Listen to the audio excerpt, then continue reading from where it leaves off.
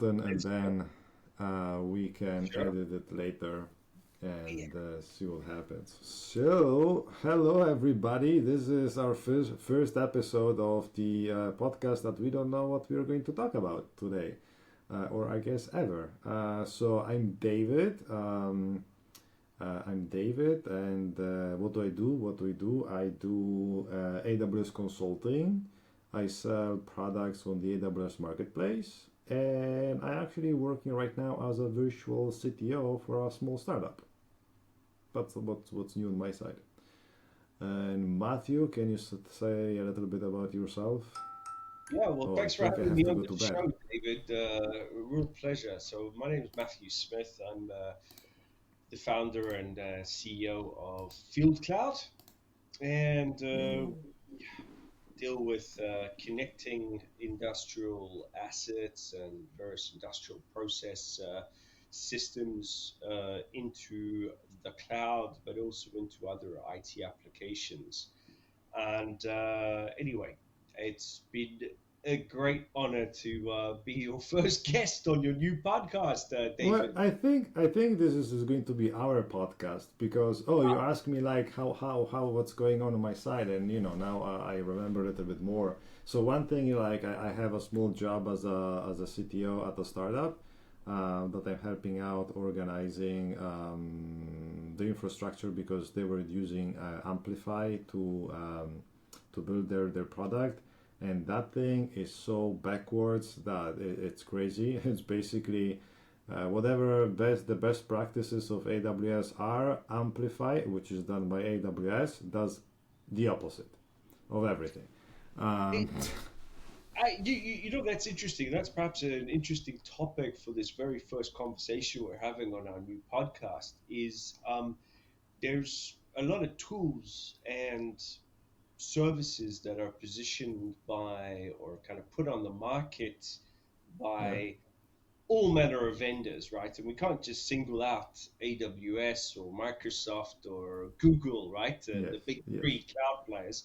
We can right, see we can actually point the finger at a lot of different vendors to do that. Where really, at the end of the day, all they do is they're subtracting value from the business, and they're just end up resulting in busy work for people. I don't know if this was right.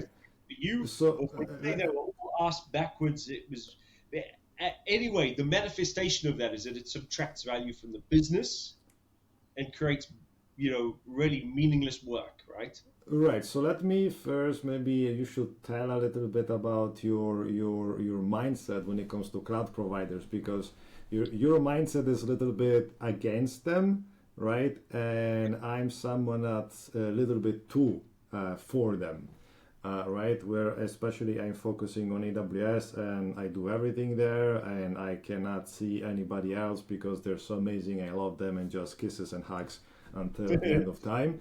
And in your case, you're a little bit more skeptic, Mm. and you still like to use them, but you're more, how to say it, more precise when it comes to the use case. Not everything dump everything in a cloud provider is, oh, I just need this one thing, this other thing, and everything else I'll deal myself, right? I look.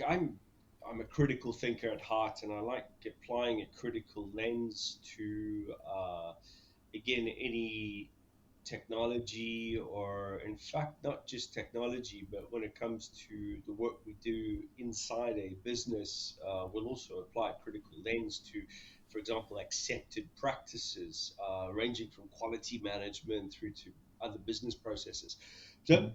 that's just me, right? I kind of I guess it's who I am, but also I think I have a tendency not to take things at face value, just to blindly accept, hey, look, this is what everyone's doing, or this is what the great marketing, campaign says, or this is how we need to, this is how we need to do things, right? Mhm. And the other thing as well is I also like being quite uh, agnostic, meaning that I know that there are multiple ways to solve problems. Mm-hmm.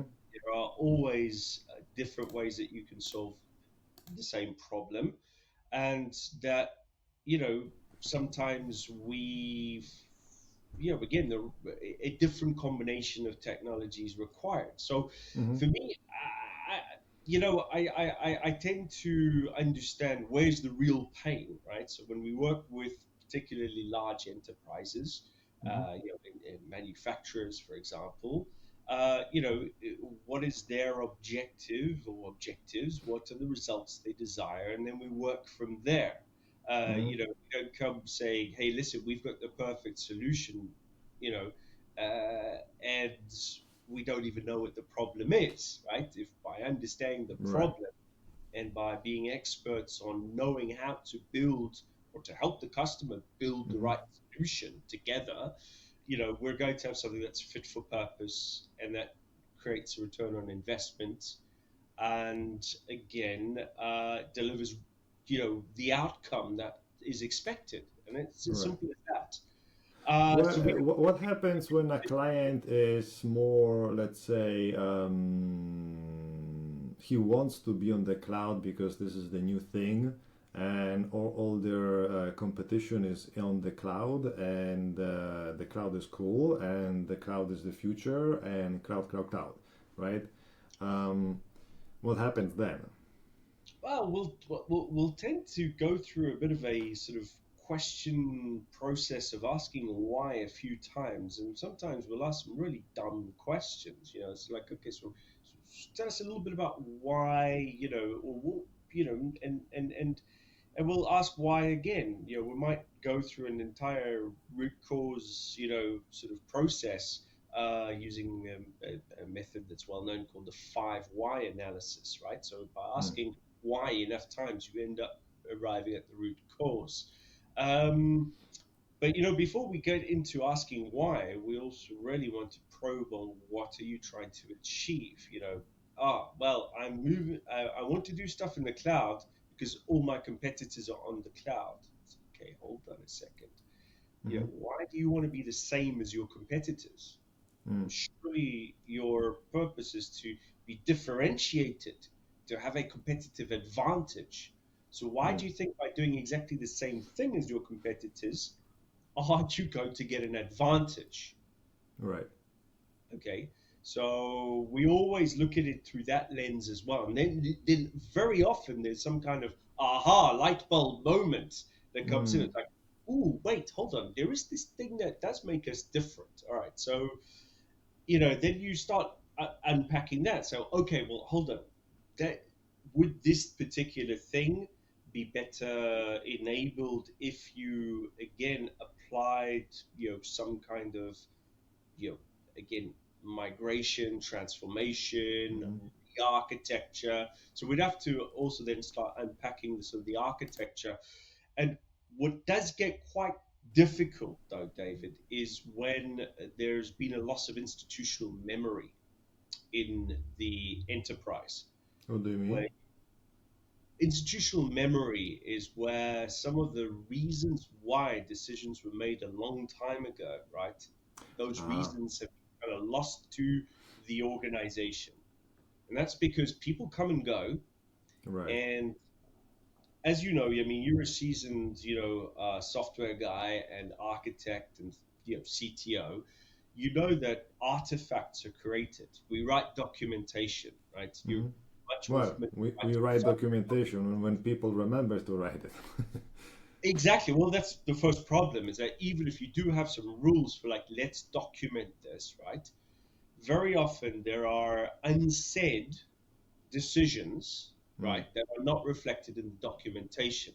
So if right. you have a fresh pair of eyes, they read it, they basically make assumptions which are not necessarily the same as the assumptions that the person who made the original decision made. Mm-hmm. So, you have to sort of unpack that. And that requires a little bit of, I don't know, sometimes it feels almost like being Indiana Jones. You're like an archaeologist. You're sifting through things, or a historian. I don't know. Right. Maybe that's one of my pet passions. Is I love corporate history, Mm. mergers and acquisitions. I love understanding, okay, so hold on. The company that you are today is the result of, for example, the following mergers and spin out and acquisition and divestiture that happened with the following set of companies. Then you start Right. understanding, the reason why you do things in this way is because actually 40 years ago you were owned by this other company, Mm. because that's a key characteristic of their corporate culture that you've kept. Right. And that has been fantastic. And it's also a great way, by the way, to build rapport with decision makers or with people in the enterprise, particularly old timers and Mm-hmm. people who are often marginalized because they're either older in age or Mm. they're kind of seen as the laggards, right? Because they're Right. clinging to the old ways of working. And now Yeah. you've got all these new, fresh, upstarty guys, beardy weirdies, right? Who come Right. along, Yeah. Yeah. hipster cloud gurus and cloud ninjas, right? And they come Right. over and say, "Whoa, you guys are obsolete. You need to, you're so old fashioned. You need to move to the cloud." Yes. And the poor guy feels a little bit threatened, right? And you need to kind of build some empathy and rapport with the guy to say, "Hey, look, Mm. hold on.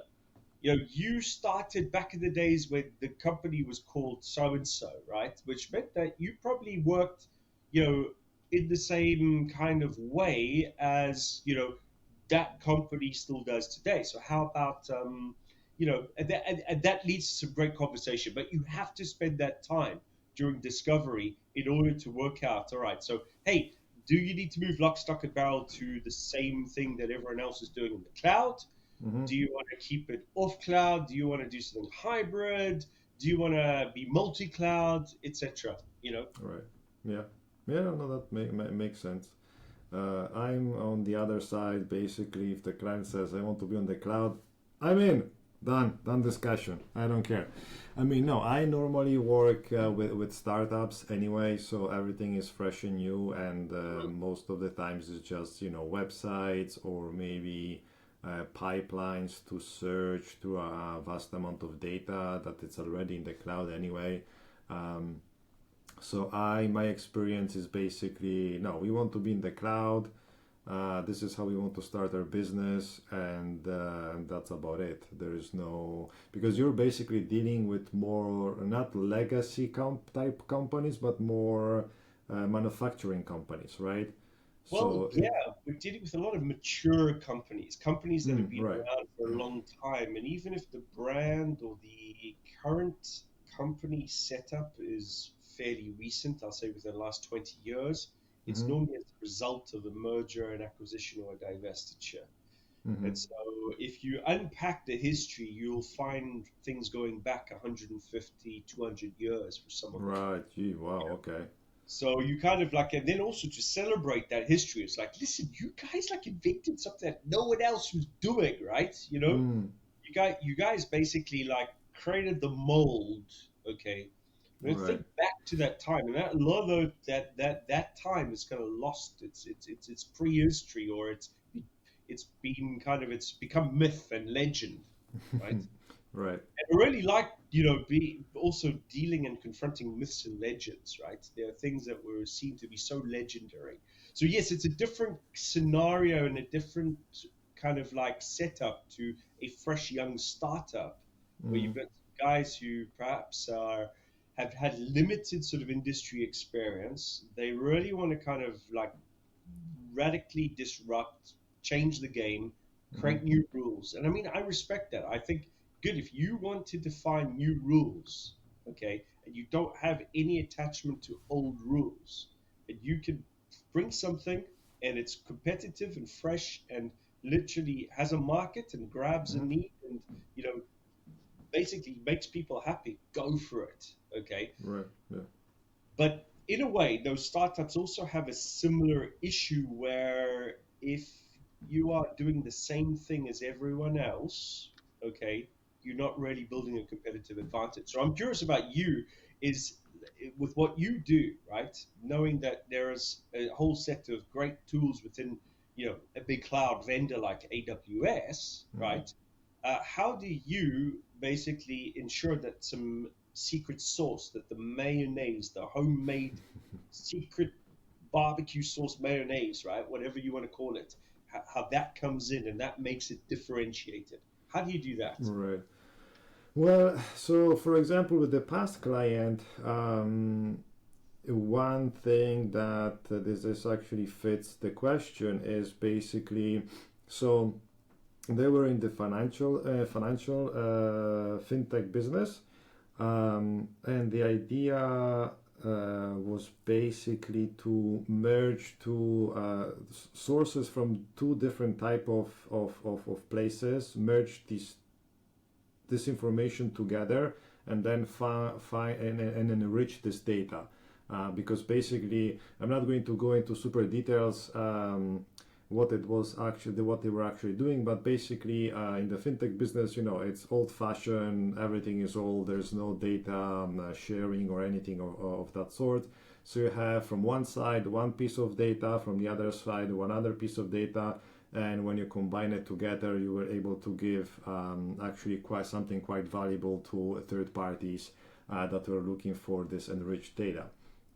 And one way of doing it using the AWS services was to create a pipeline where we were using SQS to ingest, like API gateway and SQS and DynamoDB to ingest vast amount of data, have this information stored in SQS for a temporary amount of time until it was saved in DynamoDB. And so basically we were able to get lots of information,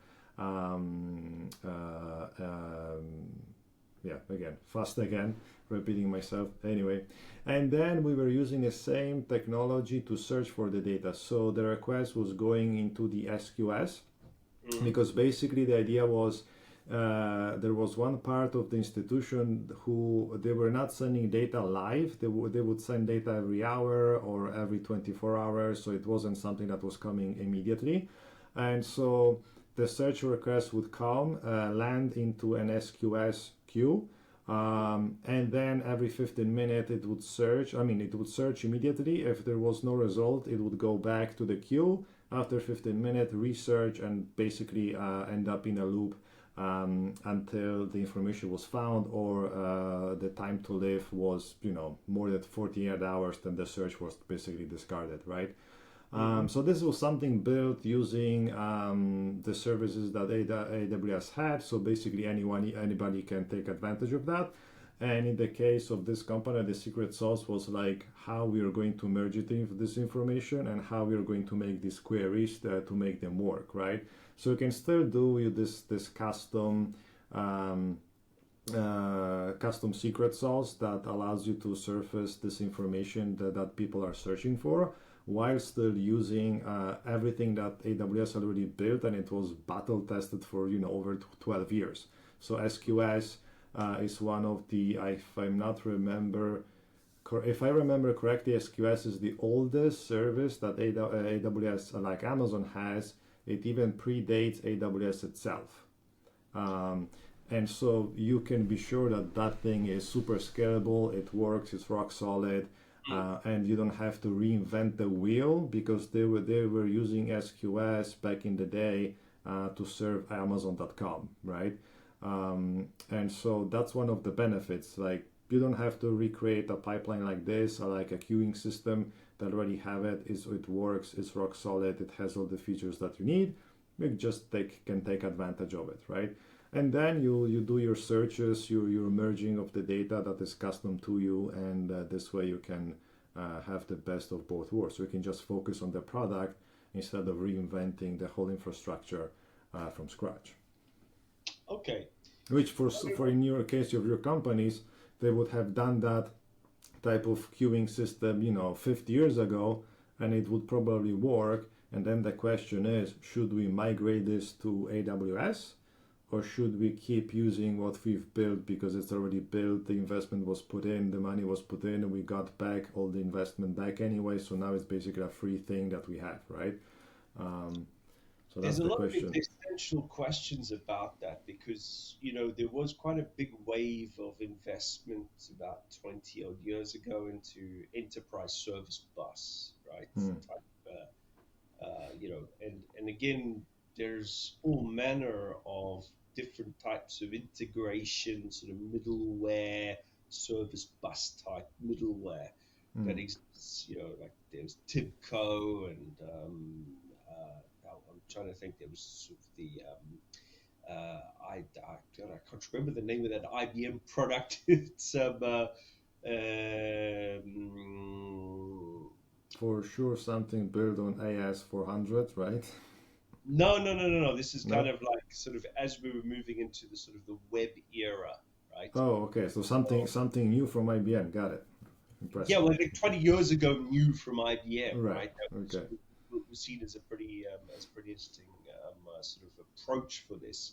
So there was that. There was, and to be honest, a lot of this stuff is, yeah, kind of like I don't know. You get the feeling that it requires an incredible amount of resources, in terms of people and in terms of process and in terms of all the, let's say the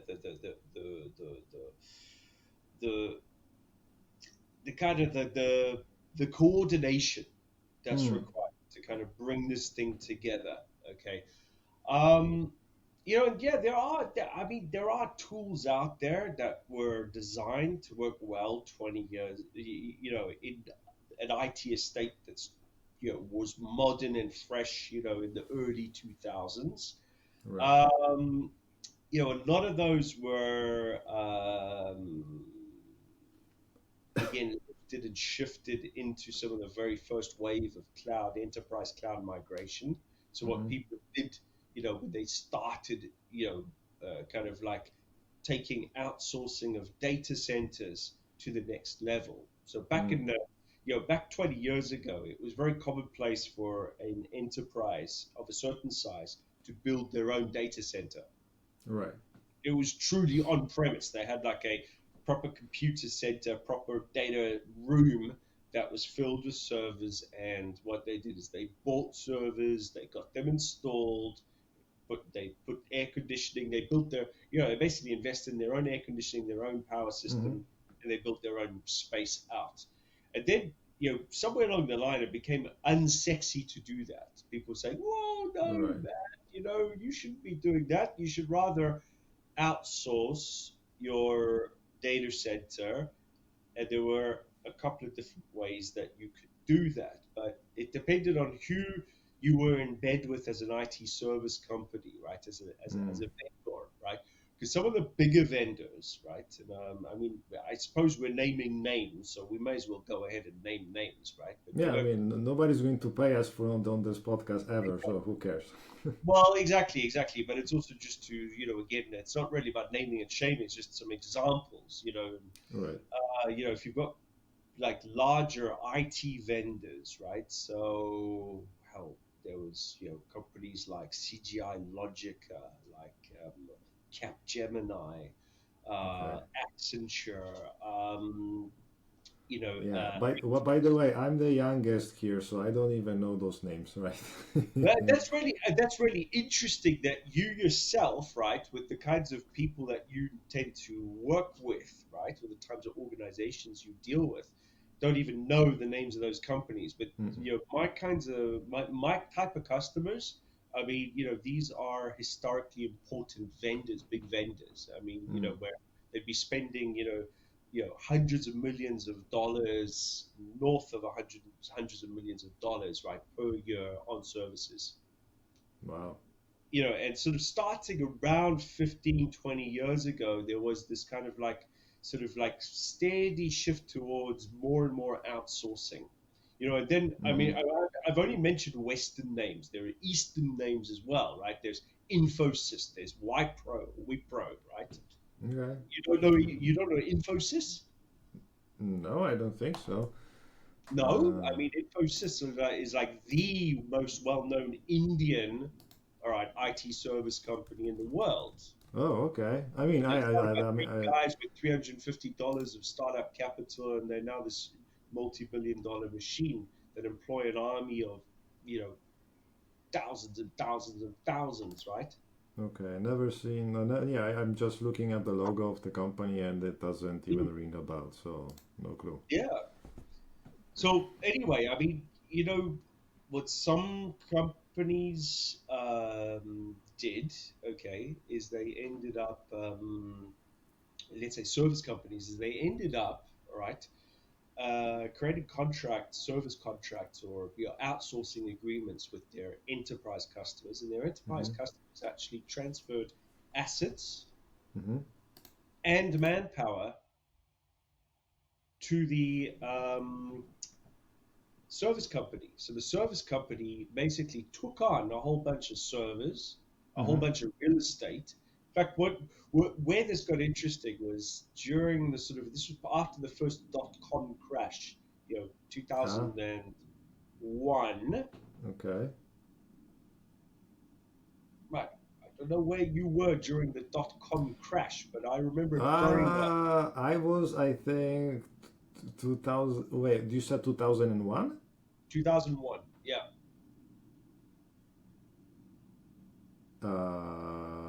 2000. I still? I was a child, I think. Okay. All right. So you were, yeah. So you weren't in work. I mean, I was working. I just literally like the year before 2000, I moved to corporate Right. IT, right? And I was working in the headquarters for a very large Fortune 500 company. And Okay, sorry. Wait a second. So I was 21. Um, yes, 2001, 2001.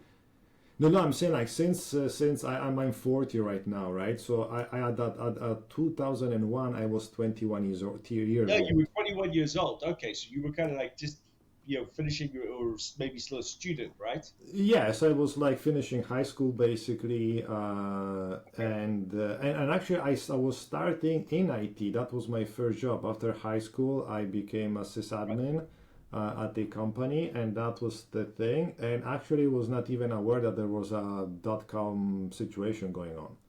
Okay, yeah. So the market crash, right?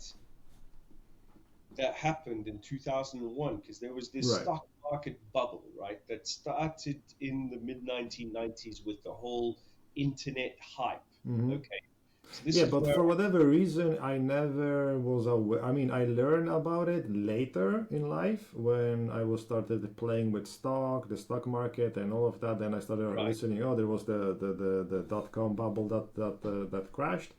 But and during that happening, there was literally no effect on my life knowledge. There's, I was just happy guy, young guy. Yeah, no, I guess you were fairly fortunate that you weren't affected by it. I mean, one thing is that like I literally like a few months before that crash, maybe about 6 months before, so my former employer had the how can I say they had the wisdom or the insane idea to grant IT key people in their IT department with stock Hmm. options. They were basically wanting to be like, the whole sort of like dot-com hype machine. And they said, Right. "Look, as part of the incentive plan for IT, we'll also now start granting IT people, key IT people, stock options." Anyway, so I received options. It was Mm-hmm. a ridiculous valuation, right? Because they really had this crazy idea that the world was going to change and Mm-hmm. that the whole internet thing was going to like really be massive. Mm-hmm. And anyway, I could go a lot deep on that, but perhaps that's another podcast where I could unpack the whole Okay. crazy around. Maybe we could do a sort of, let's say an old timers view of what the Yeah, damn that'd be awesome. the whole dot-com bubble, what that meant, right? And Right. what ended up happening to the industry in the aftermath after Mm-hmm. 2001. But anyway, long story short, stock options, and literally 6 months later, they were worthless because the stock price of my former employers, you know, it Came tanked. down to reality. It tanked. It crashed down to reality, right? And this was after my former employer had made a $6.5 billion acquisition of an IT service company. And my former Wow. employer was not in IT, but they decided to Wow. buy an IT service company because they thought that this was going to be the next big cash cow, right? And it was a rude awakening. Well, but in the end, it became reality, just a little bit slower than what people were predicting. Yeah, but it's funny how the market works, but also how things happen Because, prematurely, and technology is kind right, of needs to kind of like become very what how can I say diffused, you know. right. But if we think about AWS, right, when they started, they were just, not a cloud provider, they were just a data center with a bunch Oh, of services already pre-built. So I think the only difference was they, instead of giving you raw servers to run compute things on them, they actually gave you also some services already pre-made that you were able to just reuse in your own application, and so you didn't have to do all the work, right? I think in that well, case, that was the extra thing that made it work. right. I do remember though when there was this crazy announcement from Amazon, a freaking online bookstore, right? Say, Hmm. hey, we've got this new thing where we're going to launch like sort of this cloud, elastic compute cloud. It Mm-hmm. wasn't actually even Amazon Web Services in the very beginning, right? Right. They were calling it elastic computing. I was like, what the hell are these guys doing? This is ridiculous. What the hell is Jeff Bezos smoking? Uh, this guy's a bookseller for, damn it. I mean, I've been an Amazon customer since about 1999, somewhere around then, right? I was buying books when I worked in Nigeria. It was a great way of importing stuff in. But for me, Amazon was just books, right? And then they Mm-hmm. started adding in some other products and started selling some related goods, right? And then they did that very interesting little deal with Toys R Us, right? Which was? Well, they basically said, "Hey, Toys R Us, you know what? You guys want to do e-commerce? Well, we do e-commerce, right? We've got this really great thing where we're selling books and some other goods." And Toys R Us said, "Man, this is so cool. We don't have to invest in our own e-commerce platform." Wow. So that's how it started. And that's how Amazon managed to kill bricks and mortar toy stores. They did a Wow. Trojan horse with Toys R Us. Toys R Us Right. never recovered. Right. It was an absolute masterstroke, right? So that was the first thing that they really managed to kind of like get right. Mm. Um, it was only at a point where they had built such a solid platform for running their business and running their business well that they realized that they were over provisioning their capacity Mm. for compute and storage and bandwidth because Right. they needed to have redundancy in order to have a system that never, ever, ever went down, Mm. right? In order to have it as close to 100% uptime as possible, you have to over provision. Right. You cannot under provision. You cannot Mm. have contention in your infrastructure. This is Right. where a lot of IT or older IT sort of like, let's say, thinking or architectures kind of, I Yeah, think, you had to buy more servers than you actually needed in the case well, that. it was always the careful dance between, the IT department and, the CIO and the CFO of a big company. It was that like, Mm. hey, man, you know what? We need to have X, Y, and Z. The CFO says, man, damn it, this is going to kill my CapEx budget. Are you crazy, right? So Right. you always find ways of like, again, you leveraging contention, right? So when I say contention, you know what I mean with contention? To make everybody happy? No. No, no, no, no, no, no, no, no. Oh, No. sorry. Contention, right? Or in telecom terms, we talk about something known as a contention ratio, right? Okay. Oh, so I know. Okay. Completely misunderstood it. Sorry. A contention ratio or contention is the degree of oversubscription, right? So when I have a scarce resource and I want to share that resource, right? Yeah. I'm literally, let's say I've got capacity for 10 people, Mm-hmm. but I actually sell 100 tickets. Really? That's I the have a word 10, contention? I have a 10 to 1 contention ratio. Wow, the more you know, I Airlines guess. do it all the time. Airlines do it all the time, right? They're So that's selling called more contention. seats That's per weird. flight than there is space on the flight. And Yeah, so that's yeah, why yeah. people get bumped off because they know that some people are going to change their minds. They're going to rebook Right. their flight. They're going to change their ticket, and or they're going to have to cancel at the last minute. So you can Mm, get away with a certain contention ratio based on past behavior. Okay, but mm, in IT, it is very difficult to again get right. And even mm-hmm. if you get it right, it leaves you under resourced. But for a Right. long time in IT, we used to believe that, hey, contention is the right approach. Mm-hmm. And there were all sorts of technological gizmos and solutions for, again, giving the illusion of, again, capacity. Mm-hmm. QoS, quality of service, Right. which is based on an underlying technology called CB. Let me get this right. CBWFQ, class-based weighted fair queuing. Wow. Okay. So you've never heard of class-based weighted fair queuing No. in IP networking, right? N- So no, I don't think so. No. okay, you have heard of something known as quality of service. Yes. I do. Okay, and you know that in quality of service, but I'm talking now from a TCP/IP networking perspective.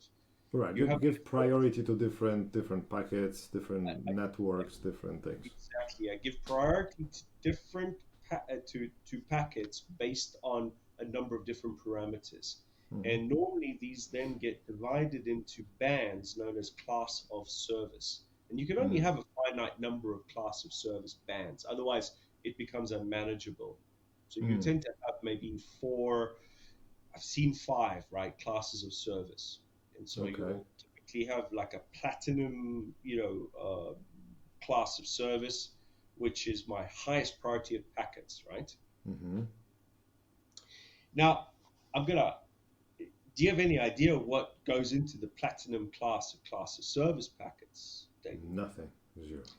So back in the old days, that used to be reserved for what was known as real-time streaming or real-time streaming communication, which Uh-huh. was voice.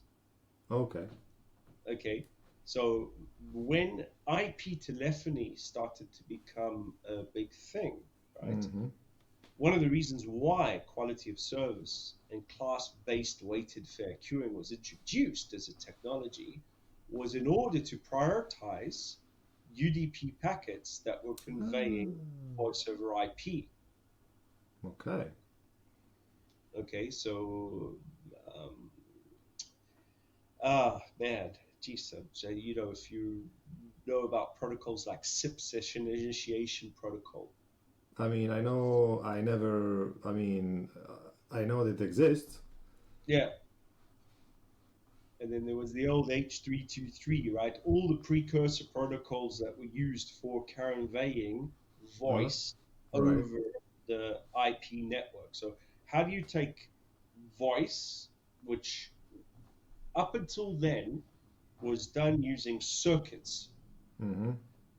Okay, in the old telephone network days, Right. it was a circuit that was switched.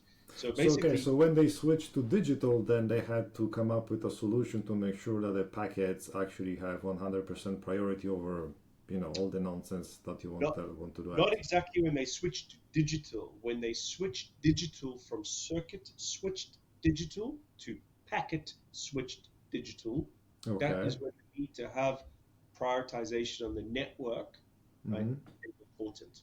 And in fact, it was something that caused a lot of fear in the telecom industry because they said, yeah, but we still need to have our circuits because we've got to guarantee. They were still thinking in terms of Ah, circuits like the old phone network, I which is see. very wasteful because you end up, and again, the dirty black secret of the telecom industry was that you still had to over provision the network in Mm. order to create quality. Right. Okay, so you always had to have more circuits than, all right, Yeah. more aggregate capacity with all my circuits, right, Mm-hmm. to ensure that I could switch my calls. Right. Otherwise, if you try to dial a number, the call won't go through. Mm. And you could always spot a bad telecom operator when you try to make a call. And if your call didn't go through, you knew you were a Ah. bad operator because they were under provisioning their network. They had a high Wow. contention rate. They had a higher than respectable contention ratio. Right. Interesting. And Okay. all this stuff is carried into our into and it's interesting in the today's world in the cloud. We don't even think about these things really. Yeah, no, because I mean the whole point of the cloud is you have infinite resources and that's about it. And then yeah, the only limit that you can reach is when there's a soft limit by the cloud provider that doesn't allow you to go crazy, and you have to ask them, hey, can you give me a little bit more? And they go, oh yeah, sure, no problem, right? Yeah, Because they don't want you to do a mistake that could happen, like with my previous client, with one of my clients, where they had to pay $50,000 because someone created an infinite loop with SQS. that's So sounds that's why you want to have, some sort of limits in the beginning, because you never know what a developer is going to do, right? yeah, absolutely. But I mean, this is the thing where we live in this age where there's a lot of things that are metered. They give the illusion of, again, an extremely low unitary price or cost. Because I Mm-hmm. mean, it's true, when you've got this huge infrastructure like the big hyperscalers do, right? Mm-hmm. When you take the total sum of all of that and the cost, and including the depreciation, the amortization of the capital investments, etc. You take the total cost and you divide it up into discrete, you know, chunks like per message, which you would be familiar with SQS's pricing, Mm-hmm. right? So it's Right. per message, right? And Right. normally by band of messages, right? So you get Right. Yeah, the size and the request, I think, if I remember correctly. yeah, and there's normally a few different parameters that kind of go into it, and some services in AWS are fairly complex in terms of how you like can Yeah. determine a price, right? So you've got Mm-hmm. a number of different knobs that you can turn. But then you've Right. got others which are quite simple. So, ingress and egress traffic, right? It's normally, measured by, the byte by the gigabyte, right? Right. Terabyte. It's a bit Yeah, different. there's like the tier system, like your first X amount is this much. The more you Yeah, use, the less you pay, etc., etc. yes. And then you've got, the things like if you're renting, virtual machines, you've got like number of cores, number of processor cores, amount of memory, amount of storage. Right. Yeah, then also you can buy 3 years in advance, so you can lower your price by 60-70%, depending on the instance. So Yes. yeah, I mean that's the downside, because especially developers, when they develop in the cloud, they don't see the resources being used, right? This is some sort of Yes. virtual thing. The company debit card or credit card is attached, and that stuff just goes Mm. in, right? Where in the old days you would hear basically why the AC suddenly is running 20% higher, or why the server is screaming because the fans are going at 100%, right? Yeah. You were able to hear, oh, there's something going on. Um, where with the cloud it's silent, but you still, if you know how to do it the right way, you can always create dashboards, alarms, Mm. um, things that can make some noise, and then let other people know, like, hey, something is not right, right? And this is something that people forget to do. Yeah, so that's the difference. Like if you did nothing back in the old days, you would still hear there's something off going on in the server room. Something there's at least then the decibels are higher than your normal on a daily basis, and you didn't have, even if you didn't have alarms monitoring or anything, you would still hear it. Where in the cloud, yeah, you have to physically set things right, because if you don't, there is no sound in the cloud, right? There is no sound in space. Nobody's going to hear you. Nobody's going to hear the server screaming in those places if you don't monitor for it. No, definitely, but it does raise a very interesting question about sort of why many maybe they're younger companies, or maybe even there are companies that feel that they've now become enlightened. Maybe it's because they've digested or drank the message that's been sent by the hyperscalers. But Mm-hmm. thing is, believing that, investing in your own, you know, systems or your own infrastructure is a bad thing. I'm kind of interested to understand Right. some of, like your opinion, because you kind of tend to work with companies that would want to do things in a public cloud. Why they would feel that making an investment in, either hardware or a or again having actual full ownership, right? So Right. it's considered as an asset, right? Because again, it's all about how you're allocating money as a business. Okay, Right. at the end of the Yeah. day, right? And there's a very strong argument for not for again leveraging capex and investment and amortization as part of running a business. So Right. why wouldn't a business wish to actually again make an investment, right? As opposed to only spending operationally and doing OPEX, right?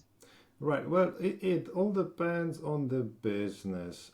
So one thing is, in theory, if you're just a software SaaS type of application, you want to have a global reach, or you want to reach globally all your users, and that would be technically at the beginning of a startup very challenging, right? Because you would have to put data centers at least in 3 different continents.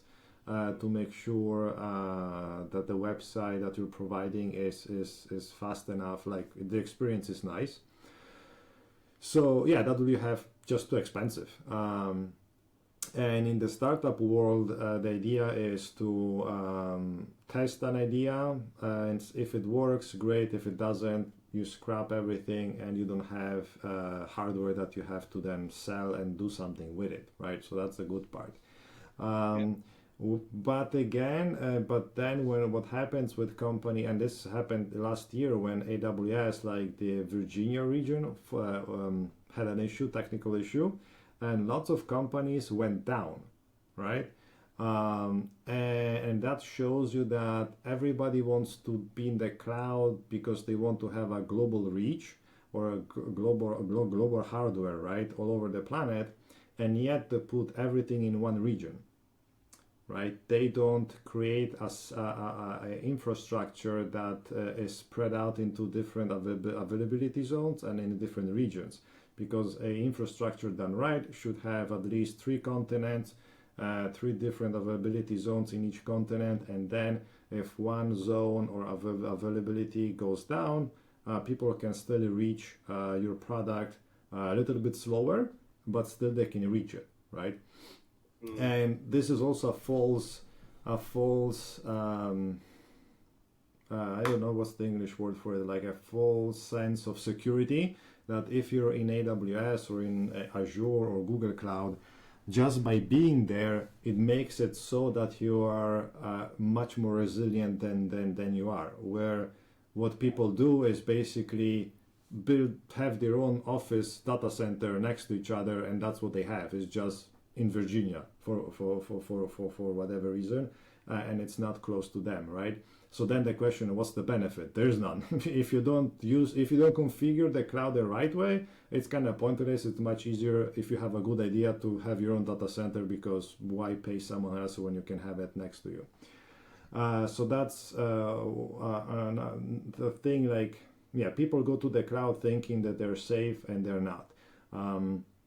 And also, I've seen in the past lots of misconfiguration where the cloud has the auto scaling feature, meaning you can set it up in a way that if the CPU of a server goes above, let's say 80%, then you create an extra server that takes the load and spreads between the two servers, and it keeps growing automatically, and then it can shrink down. And that's also something that I've seen misconfigured, where they use the service that has auto scaling, but it's not attached to anything. So it will never scale automatically because it's not configured correctly, right? So that's again something that I've seen many times, where companies just think they're safe, but they're not actually.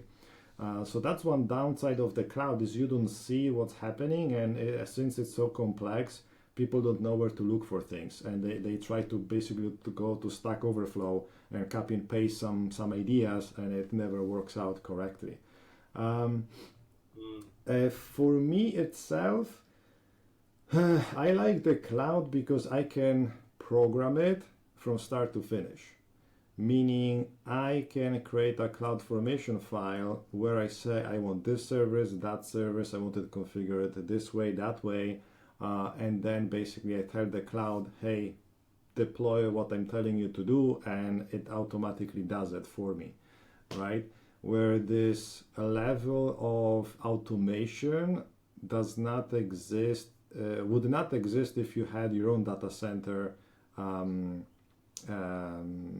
done by hand, because I mean you could create bash scripts, I guess, to achieve more or less the same thing, but that wouldn't be the same, right? Yeah, no, I hear what you're saying, completely, and but that's very much the data center of 20 years ago, right? Or even the Mm-hmm. data center of like 15 years ago. I think things have come a long way, right? Where today, having, again, the whole thing of programmable networks, or we call it software defined networking as Mm-hmm. well, and the or API sort of driven configuration of elements within a data center, Mm-hmm. there's been quite a major switch away, all right, and also a strong push by larger enterprises who have to run their own networks. Because remember, you're not going to suddenly make thousands of people in a office Mm-hmm. building disappear tomorrow and go into the cloud. Right. Those thousands of people that sit in a building and actually use the network, right, Mm-hmm. are have a computer on their desks. That computer is connected to either Wi-Fi or to an Ethernet port, Mm-hmm. and there are thousands, sometimes thousands of ports within a building. They Right. need to be managed. Right. Those switches need to be aggregated together. You need to have an edge, a distribution and a core, right? A Mm-hmm. three-tier architecture. And there is all, well, I mean, the last, like, as I say, decade in particular, 14 years ish, right? And Mm-hmm. a lot of that has actually got to do with the uh, global financial crisis of 2008, right? Where everyone Mm-hmm. was preaching austerity and do more with less, right? Cut all the fat off the Mm. organization and do more automation. Be more industrialized in the way an IT department operates their network for their users. And Right. so you have to have programmable and configurable and automatable, elements in the network, right? Mm-hmm. But if we look at other initiatives out there, like the OCP, the Open Compute Project, which Facebook has been one of the major drivers, but they're not the only player. It's an open source project Mm-hmm. for creating an open set of standards for programmable data centers and software configurable data centers. Mm-hmm. And Yeah, I today, the mean, data center that you could put together today will actually, under the hood, right, operate the same as what the big hyperscalers have. Right, but also let's say you have a big building like a skyscraper, and you have thousands of employees. You have your data center in the basement, and all of that. And here I don't know. I wonder if I'm going to have routers, switches, and servers and what have you. They're going to all be from different vendors. And even though, let's say, Yeah. Cisco allows me to run some commands remotely to manage my routers and switches remotely, I don't know, HP is going to have its own solution to remotely manage the servers, but they're going to be separate, right? It's not there. There is there a unified way, or there's still you have this separation between them? There are industry standards that exist, okay, that are again designed and about to. I was about to go look up something on Google while we talk, but I won't do Okay. that because it'll disturb the call. But No, I think you can still do it. That should not be the big deal.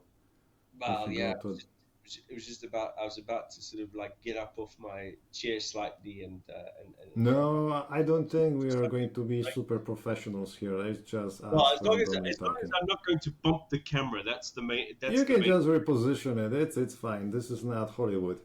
We are No, but not going to be on Netflix.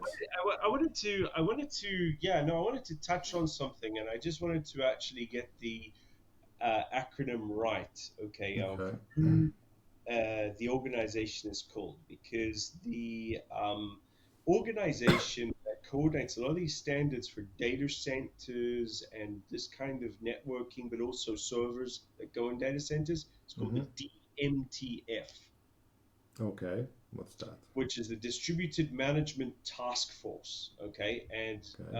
DMTF's purpose is to create open manageability standards Mm-hmm. for data centers in particular, for Uh-huh. IT infrastructure. Okay. Okay, and DMTF standards are recognized by ISO. Mm. Okay, so they're internationally recognized. Okay. And I'll tell you who's on the board of directors, okay, of the DMTF.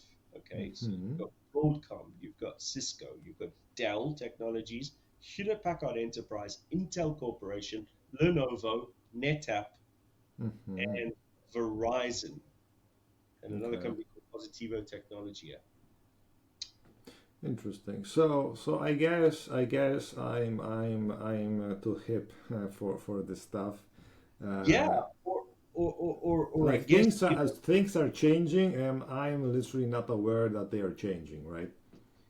yeah, it's just that these things are like, I mean, they're there. Some of this stuff goes back. DMTF has been around for a long time, and some Mm-hmm. of their, like one of the things in their standards body called CIM, right? The Common Information Model, okay, Mm-hmm. was a way of creating a common description for elements in an IT infrastructure, be it a Mm-hmm. server, a workstation, a network switch, a router, Mm-hmm. etc. So it allowed you to have a information model for elements in an IT infrastructure, and so that Mm-hmm. allowed you to then leverage things like for example, an asset management database, right? Mm-hmm. Or a configuration management database, right? CMDB. Mm-hmm. I guess these are like acronyms which maybe I'm too old school or a little bit like kind of like I come very much from a much older enterprise IT paradigm. But Yeah. are you familiar with another set of standards for IT called ITIL? No. ITIL, the No. IT Infrastructure Library. Nope. No, so I mean ITIL has been around also for ages, and it provides a framework for managing enterprise IT, particularly infrastructure Mm. operations. And this was also be used a lot to define, a lot of the practice when it comes to outsourcing IT. Because if you're ITIL aligned or you're ITIL compliant, you've Mm-hmm. now got a common way of working, and it's actually very easy. For example, if you want to, you know, rebid a contract or RFP, you know, and basically rebid to say, hey, look, you know what, we're not happy with our current vendor. We'll go and create a new RFP and bid out for another IT shop, right? Mm-hmm, mm-hmm. If you're using iTool, it becomes a lot easier to then kind of like bid out. Oh, okay. What's So interesting is it doesn't lock you to one vendor if you don't like one vendor and they're compliant with the system. You know that they're going to be able to handle the work that the other guys were doing. most of the big IT shops, right? As I say, the you know the well-known players in the industry, right? You know, including the Indians like Infosys, Mm-hmm, all right work with heterogeneous, you know, infrastructure, right? mm-hmm. So you But know, one thing that keeps coming in back to my head is because these standards to remotely manage switches, routers, and servers, it's all nice, but at the end of the day, you're managing just the server. Let's talk about servers, right? So it's cool that you can do switching and routing, but then you have servers and databases. Basically, that's the two type of products that you can have in your own data center. But with yeah, but with AWS, you have extra stuff, right? So let's say one of the most popular thing that they have is S3 to store things, and they even now have their own racks that you can basically rent from them. They will put them in your office, so you have basically a small chunk of AWS inside on premise. yeah, And the cool thing that they have, you can still use some of the services that you're used to in the cloud, but you can do it locally, right? So if you were you have an application that was already using S3, you can still use S3, but you know, on premise, and your application can still work, and you can still use that same API and have more or less the same resilience because they designed this rack in a way that has enough drives and whatever that works, right? So that's to me is also a very nice benefit of that's why, because if I can automatically programmatically manage servers and databases, it might still not be enough for a modern company that because either you have to redo the same thing that AWS already did, right? You're making your own application and you have to do the SQS thing, you have to do something like S3, you have to do something like well, DynamoDB, you can use MongoDB, I guess. So in some cases you could reuse open source services like Redis, MongoDB to run your applications, but then you would lose some other solutions. Well, I guess there are other open source solutions like SQS and all of that, right? So you can always put together something similar. I guess, yeah. There absolutely are. So this is the thing. So I kind of like question, you know, I mean, either you're gonna really, how can I say, like, you know, either the sales guy or the marketing people, you know, are really great at AWS to convince an enterprise customer, hey, you need to bring me in, right? It's kind of like, you know, the whole thing of, you know, selling the soul to the devil, etc. Come inside, right? Come Right. inside. Yeah. Uh, Slowly get here. Like, yeah. Exactly. So there's that. But you know, if you look at how, again, I think the one great thing about uh, S3, because S3 again is one of the most mature AWS services out there, right? I think it was the second service that was actually publicly Yeah. introduced for Something sale like that. after EC squared, because they started with Mm-hmm. Elastic Compute, and then they said, "Hey, we've got this thing called like simple, you know, simple storage, right?" And Yeah. that's what S3 stood for, something simple, scalable storage, or No, something. it's a simple storage service, Simple something like storage service, yeah, simple storage maybe. service, right? Yeah. S3. So anyway, yeah, I don't think they even spoke about scalable. It was a simple storage service. Okay, it's like, oh, hold on a second. There's this thing where we no longer are dealing with files on a file system. That was quite a radical thing when it was launched. Yeah. I mean, it was radical. It was like, hold it, because very few people were doing object storage like that. Mm-hmm. Okay. But it was a trend that it was kind of like moving out of research into kind of like, you know, early adopters at the time. Mm-hmm. But if you look at how many projects are out there, right, or how many mature systems which Mm. actually offer a API compatibility with S3, Right. Yeah. Good point. so there's absolutely no need to even use S3 from Amazon, right? In Mm. fact, I have things that I host here in France with a company called Scaleway. And Mm-hmm. Scaleway, right, has an S3 compatible object storage service. Mm-hmm. So if you want to switch from AWS to have something sovereign run by the French in France, Right. That's a in good solution. country, in the cloud with the same availability and SLAs, and also a similar, but again, interesting pricing as well, right? It's comparable, so Mm-hmm. you could do everything, and you in fact use, if you're programming stuff in Python, Boto, and use whatever API client that again, it's a drop-in replacement. Right. Yeah. Okay. But I don't know. Are you familiar with React or MinIO or Ceph? No. Okay. So I mean, these are examples of software which is an S3 service that you can install yourself. Mm. Okay. Got it.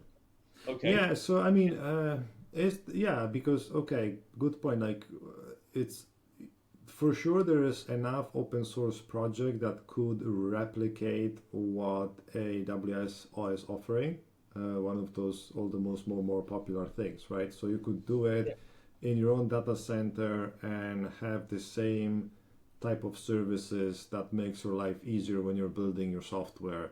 Um, but Yeah. then my question is, but that still is a good, doing your own data center is still, it seems to be only good for established companies that have the money and already have the right product and they know that they can sell it.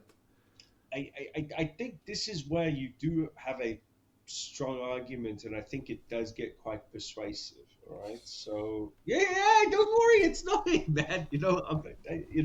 This is no. There are definitely some strong and I would say valid reasons, and I think if you are a young upcoming startup, Mm-hmm. all right, it's fantastic today. It's never been easier, right? To go out, rent the means of production instead of Mm-hmm.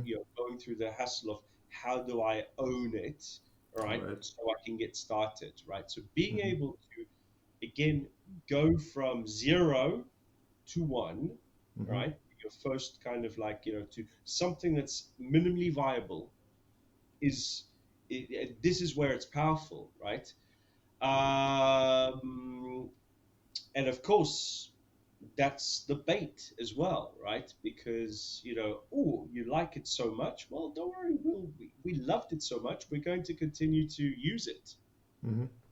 and that's where you're again being blissfully unaware of alternatives or of again some of the, let's say, the wealth, really the richness of what's out there Mm-hmm. terms of technology stacks that could actually be a true game changer when you're ready, right? Mm-hmm. The thing is that if you are starting small and you're renting, a little bit of cloud resources, be it compute storage or networking, it doesn't matter, right? But you're starting there, right? Are you, as a startup, able to generate the right profit that you can start building up, right? The means of actually making investments yourself, right? Or how are you going to deal with the investment side when you need to think about it? Mm-hmm. And I'm not saying you have to. I'm not saying as a startup you have to. You plan ahead, all right? But I've seen a number of examples today of companies that sort of get to a point where they become so familiar with literally renting their underlying infrastructure without even knowing it's infrastructure. They're renting the Mm-hmm. ability to run their business on top of this magic cloud, okay? And that ends up consuming a larger and larger share of their operating expenditure, just part of their operating expenses. Right. And the way things get priced means that they're not really building muscle, okay? Yeah, they've Mm-hmm. got cash flow, they've got paying customers, they're able to pay their salaries, they're able to probably pay back some of their VCs and investors, etc. It's where Mm-hmm. quite a lot of money gets extracted. But they're Mm-hmm. not really building up a strong, position where they've got cash in the bank, right? Right. So again, this is more of a philosophical or a moral question, really, right? Oh, It's okay. So you're saying like if you have your own hardware, you own it, and then once you have it, you don't have to pay for it. Whereas with the cloud, you will pay to the cloud until the end of time. it's not even that. It's just that, like, again, there comes a time when you So there need is to no go return. back. Like what? Wait a second. There is no. I guess. I don't know what's the technical word when you buy something and then after a few years you pay it off and it's You just now. amortize it. You Yeah. amortize it, So there's depreciate it, that right? concept that does not exist in the cloud because you constantly have to pay a monthly bill and The only one who's really benefiting from the power of capital investment and amortization is Mhm, the owner of the infrastructure, and that is the mhm, operator and the person that charges the rent, right? right. And so basically, what you're having what we call rentier behavior. It's like, for example, if if we didn't, Basically, you will own nothing and be happy, right? well, it does kind of feed into that narrative. Thank you, Klaus Right. Schwab, for getting that whole message out there. But yes, it is kind of like along those lines. Because imagine a world, or imagine a society where no one, so the average individual didn't or couldn't own property. Mm-hmm. All right. However, every individual paid rent Mm-hmm. to live somewhere, right? Right. You have a house, an apartment, you have some place with a roof over your head, right? Mm-hmm. And you rented it. Um, Again, you'd ask the question, well, who actually owns it? Right. Who owns it? And then you kind of like go a little bit further and you say, like, so why did they own it, right? Why did they have the right to own it? Well, actually, do I have the right to own? Mm-hmm. Do I actually have that right? Because if I have the right to own, it's like, well, why does this guy own and I don't, or I've never thought about it, right? Right. Yeah. You know, and so we're kind of like taking advantage of the convenience, the ease of being able to get things done, right? Mm-hmm. Or we're taking advantage of that. The flip side of it is that we're being taken advantage of, okay? Mm-hmm. Because it's very useful for someone to take advantage of people or companies being in that position. I'll give you an Mm-hmm. example. It's the whole thing of, preferring to rent or to also things like consumer credit as well. Mm-hmm. Where, okay, so we've been through, 14 years of austerity since 2008. Okay. And if you look at earning power in terms of income for people, jobs, employment, salaries, etc., hasn't really Mm-hmm. kept up.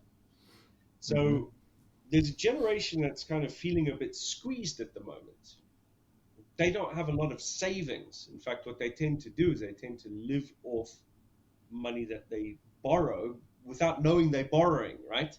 Mm-hmm. It's like, oh, don't worry, we'll make it easy for you. Instead of paying 100% right now, we'll give you a 4 times payment plan, or you can pay it Right. over 12 months, right? Mm-hmm. That's borrowing without knowing you're borrowing, right? Right. Yeah, the good point. Yeah, that's a good point. So you've got the other thing, which is where, look at how, particularly for younger people, how difficult it is to actually buy a property and own your own place, Mm-hmm. right? Right. Let alone own a second or third property that you can rent out and use as an investment. Mm-hmm. And the thing is why not? Why not own something that you can rent out? Right. Yeah. That's a true asset, right? Mm-hmm. You've invested capital on something that you actually own, right? It's Mm-hmm. your own property. You have the title to it, right? Right. Okay. And it's a machine that prints money for you Mm-hmm. because someone pays you to use it. Right. So why wouldn't I want to have an asset in my business? Mm. You know, Yeah. why That's a wouldn't good I? point. Yeah, because Yeah. once you pay it off, it's going to still be useful and you can still use it. Mhm. The only thing is, when it comes to technology, the servers are going to also depreciate, right, Yeah. over time. So we'll have to keep updating them. That's part of your investment program, right? It's the same thing I deal with like, for example, where I am right now, I'm working with the chemical manufacturer. I mean, they Mhm, have exactly the same thing, right? You are not going to get an infinite duration or lifespan of an asset. mhm, Okay, you can maintain an asset, you can improve an asset, you can like I say, you could renovate an asset. So think mhm. about old buildings. I mean, you're in Italy, right? You've got a lot Right, of you've got very ancient buildings in right. Rome, for example, right? Well, not even in Rome. Like close to me, there is a what's it called? A shop, like grocery shop, like a tiny one, Mm. business owned from 1046. They opened it. Wow, now that's Like amazing. So if you look at that, right, it's still it's the same. So there's still part of that structure that dates back from the 11th century, right? mm-hmm, Okay, uh, and yet the building is there. There's probably some modern fittings in it. It's got the electricity. It's got running mm-hmm, water, mm-hmm. and someone is running a business inside it, and someone actually owns that property. It may not Right, be the same family that owned it in the 11th century. right. Chances are it changed hands over the years. Very Mm-hmm, rare to find the same lineage of ownership over 1,000 years. Very rare right. to find that. You do have examples of ownership from a few hundred years, Mm-hmm. where the same family has owned property in particular, right, Yeah. over two, three Yeah, hundred that, years. that can happen with wineries and places Correct. like that. That Exactly. this two, Exactly. three, two Exactly. to three, four Exactly. generations. Exactly. Yeah, a vineyard is a great example. The chateau, right? The actual property. There are structures on that property which date back hundreds and hundreds of years, but it's been Mm-hmm. improved on. So you look at your IT infrastructure or your data center or your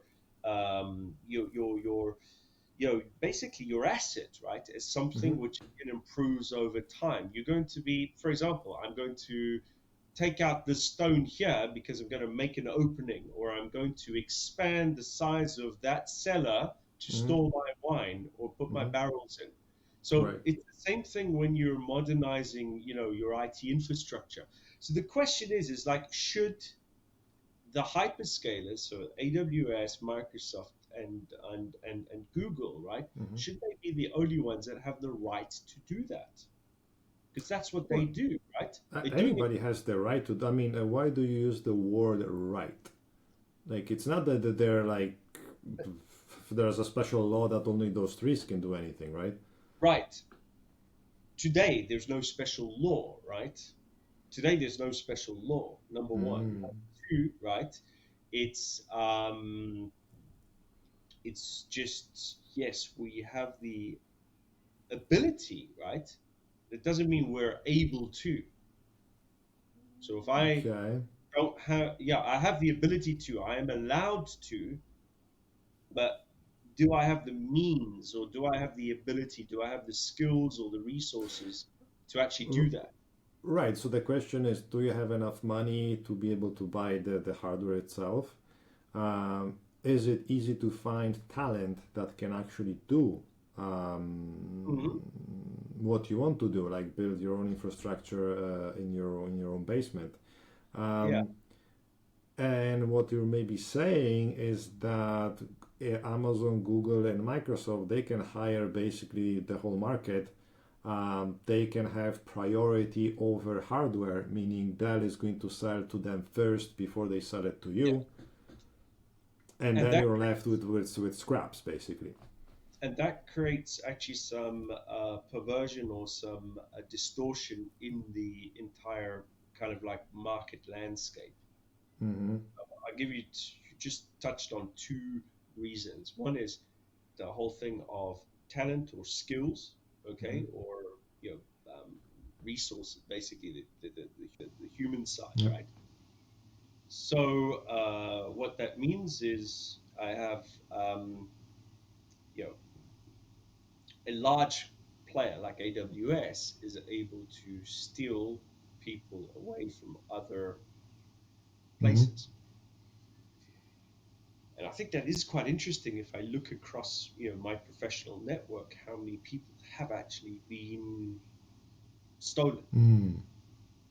The amount of people who are worked either in end user IT departments of large Mm-hmm. corporations, work for IT vendors like IT Mm-hmm. shops or IT service companies, or worked for technology companies either in servers, in networking, or in storage, Mm-hmm. right?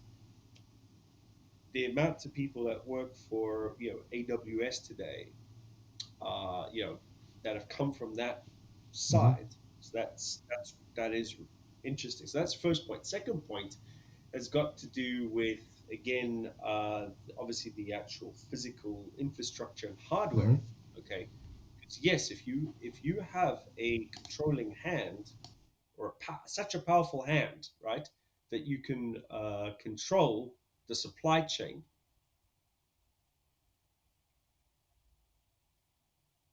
And now keep going. Like I just had to breathe because I'm cooking myself in here.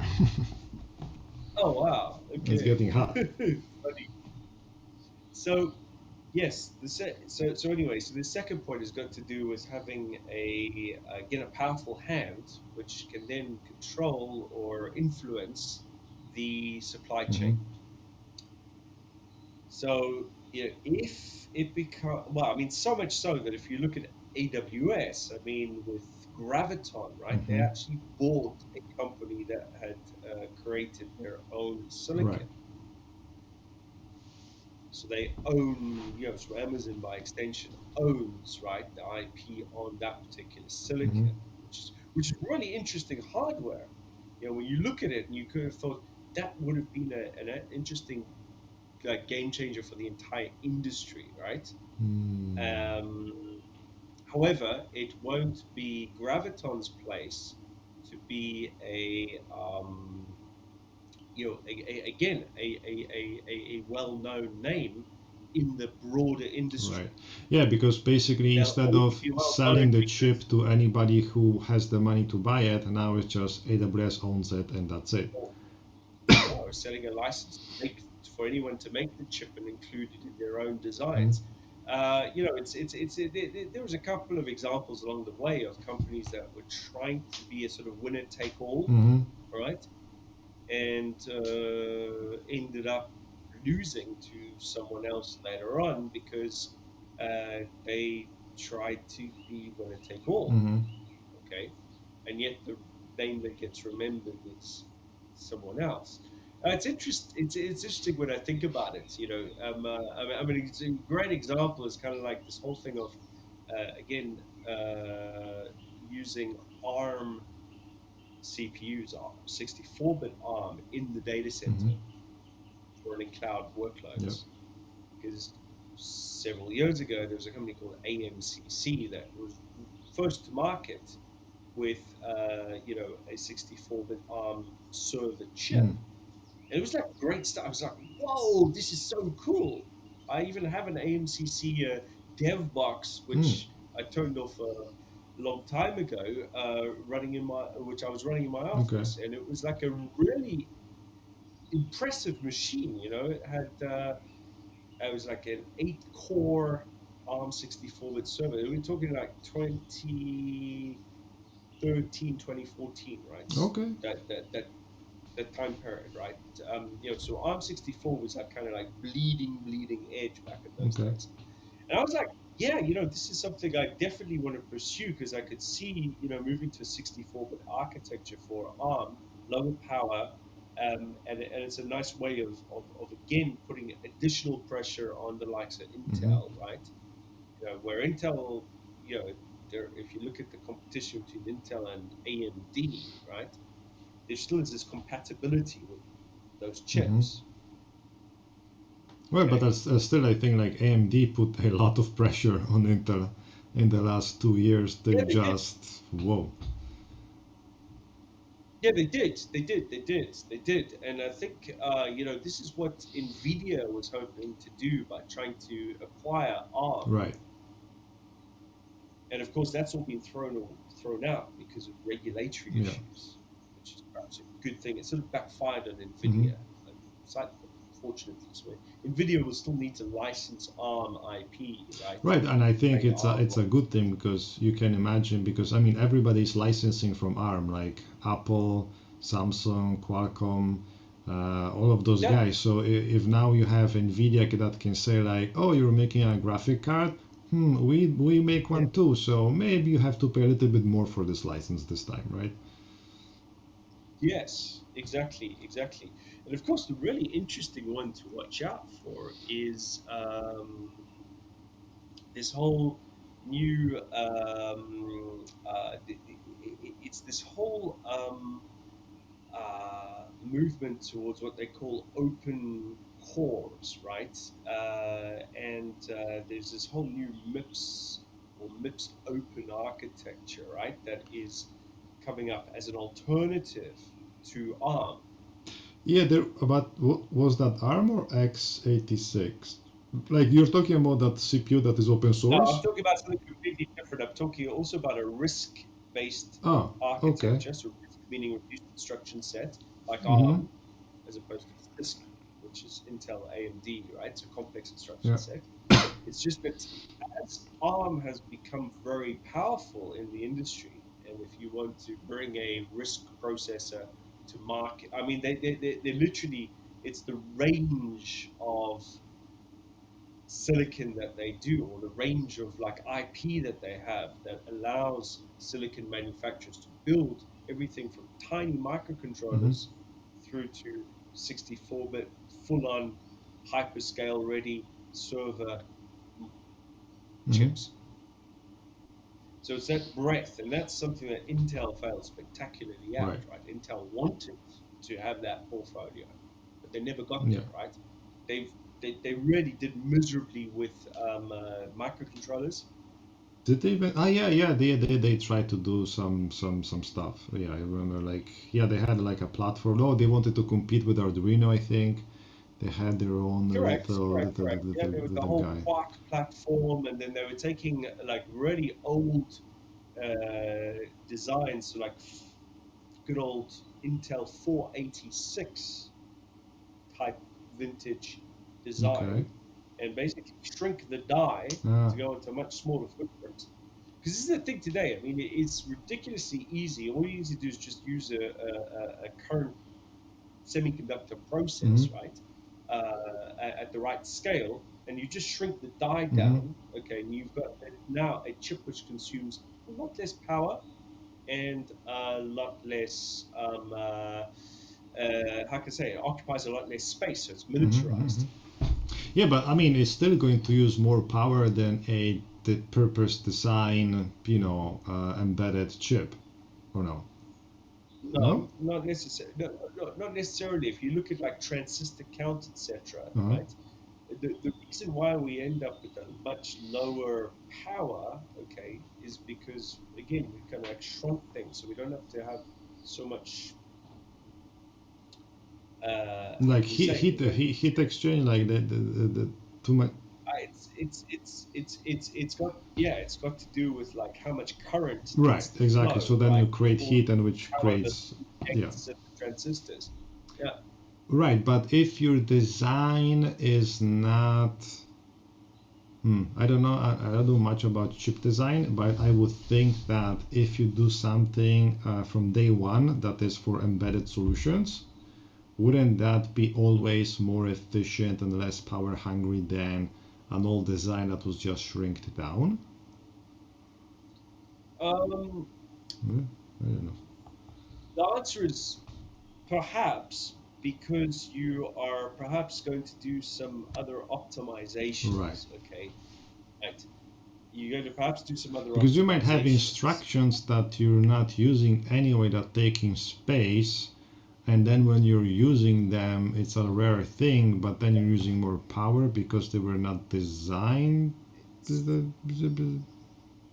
I was, Well, there's that angle as well, and again, you may not necessarily just take the existing design and just shrink it, like copy and kind of like just take exactly the same thing and shrink it right. down. You may need You, to oh, just remove they might parts have that aren't some required, snipping right? here and there. But if you shrink, you're definitely going to save power. That's why, if you look at the performance you've got on, today's laptop versus the laptop 5 years ago or 10 Mm. years ago, right? Or if you compare, what it was like having a PC 20 years ago compared to what you have There's today. no comparison, for sure. Exactly. Yeah, but one thing, Yeah. positive thing that maybe I can say about the cloud is I think because we were talking about if you own it, you can amortize it, you can get back your investment and then stop paying a monthly fee to a cloud provider until infinity, because Hmm. make the infrastructure better Yeah. over time, and you just have the outcome of that. But one Hmm. thing about the cloud is if you know how to take advantage of it the right way, you can spend very little money on a monthly basis, and while still having a product or a solution that actually provides some value to other people. Um, That to me is a great argument as well. And I mean, I've seen this with Because some. if you go, what I want to say, like also if you go to as a brute force, like, oh, I had my data center, I'm going to treat the cloud the same exact way, you're going to pay hundreds of thousands of dollars every month for no reason, right? But if you start taking advantage of the services that they have and understand their pricing and understand how to cache data and how to do things the right way, you may end up just spending $1,000, $2,000 a month, and you still have a product that people can use, right? Sure, sure, or sure, sure, or sure. even better, if you have, for example, do internal tools that are just used for the internal team, like for example accounting, logistics, or whatever, you can even come close to almost paying zero if done Hmm. correctly, by using the free tire options that they have and doing things the right way. So yes, you might end up paying a lot of money every month forever. Or if you're clever, you can actually make a design that costs very little and still is Hmm. functional, depending on your situation. Like, of course, if you want to do Facebook, there's no hope for you. You're going to pay millions of dollars, right? Or Twitter, or Pinterest, or Netflix. Um, I, I think if that allows you to make an insane amount of profit and really get, really, I'd say to really, really, really boost the gross margin of the business, particularly for an early stage mhm. startup or a small, medium sized company, or basically, a company that would rather, again, not spend. or invest at the wrong time of their journey, of the company's growth, that is great. That's great. Because For a mature, sorry, go ahead. you think? No, Yeah, no, go. go No, no, ahead. no, no. You go. You were saying like mature instead of mature company. No, it's just saying for a mature enterprise, for a large company, right? It's a little bit harder to do. And again, yes, there are some examples where some projects start with a sense of, hey, let's try and take advantage of not necessarily free tier, but let's take advantage of some of these services, which when we combine them, we'll be paying Yeah, peanuts a basically. very small amount of Yeah. money, right? Almost nothing per month. Okay, and unfortunately, though, is that the real cost isn't there. Okay.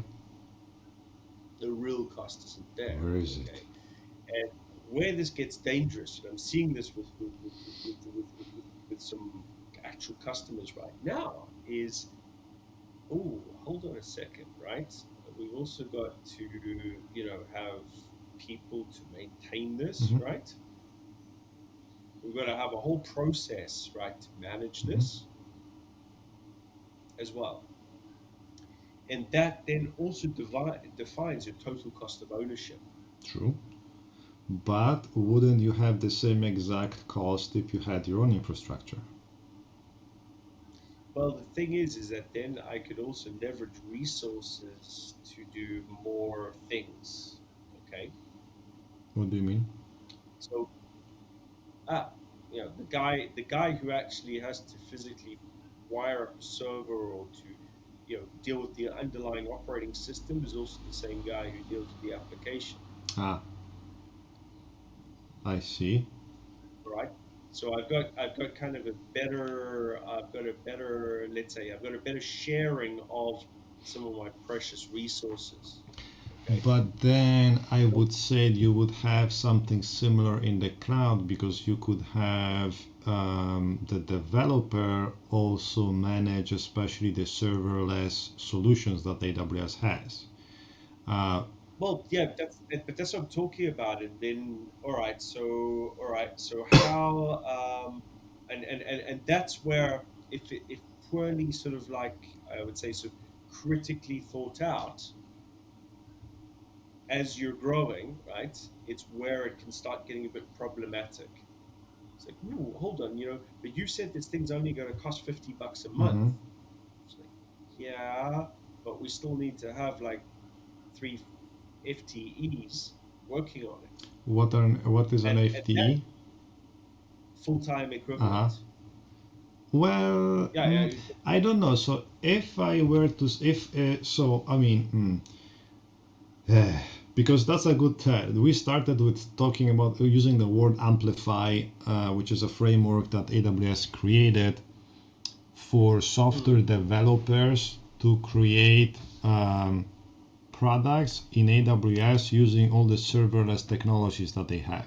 So mm, S3, DynamoDB, Lambda, API Gateway, Cognito, and I think that's it. I mean, you could run a spin a EC2 instance using Amplify, but it's more designed to not do that. And a okay. software developer can basically read the documentation, understand it, and write their own website that provides a product and deploy it using Amplify into AWS, and Amplify takes care of everything. So then you have, one or two developers that are working on the project while also deploying it using Amplify. But then Okay. it's true that this latest company that I'm working for now came to me and said like, hey, this Amplify created such a mess and made a DynamoDB so inefficient that our application became useless, right?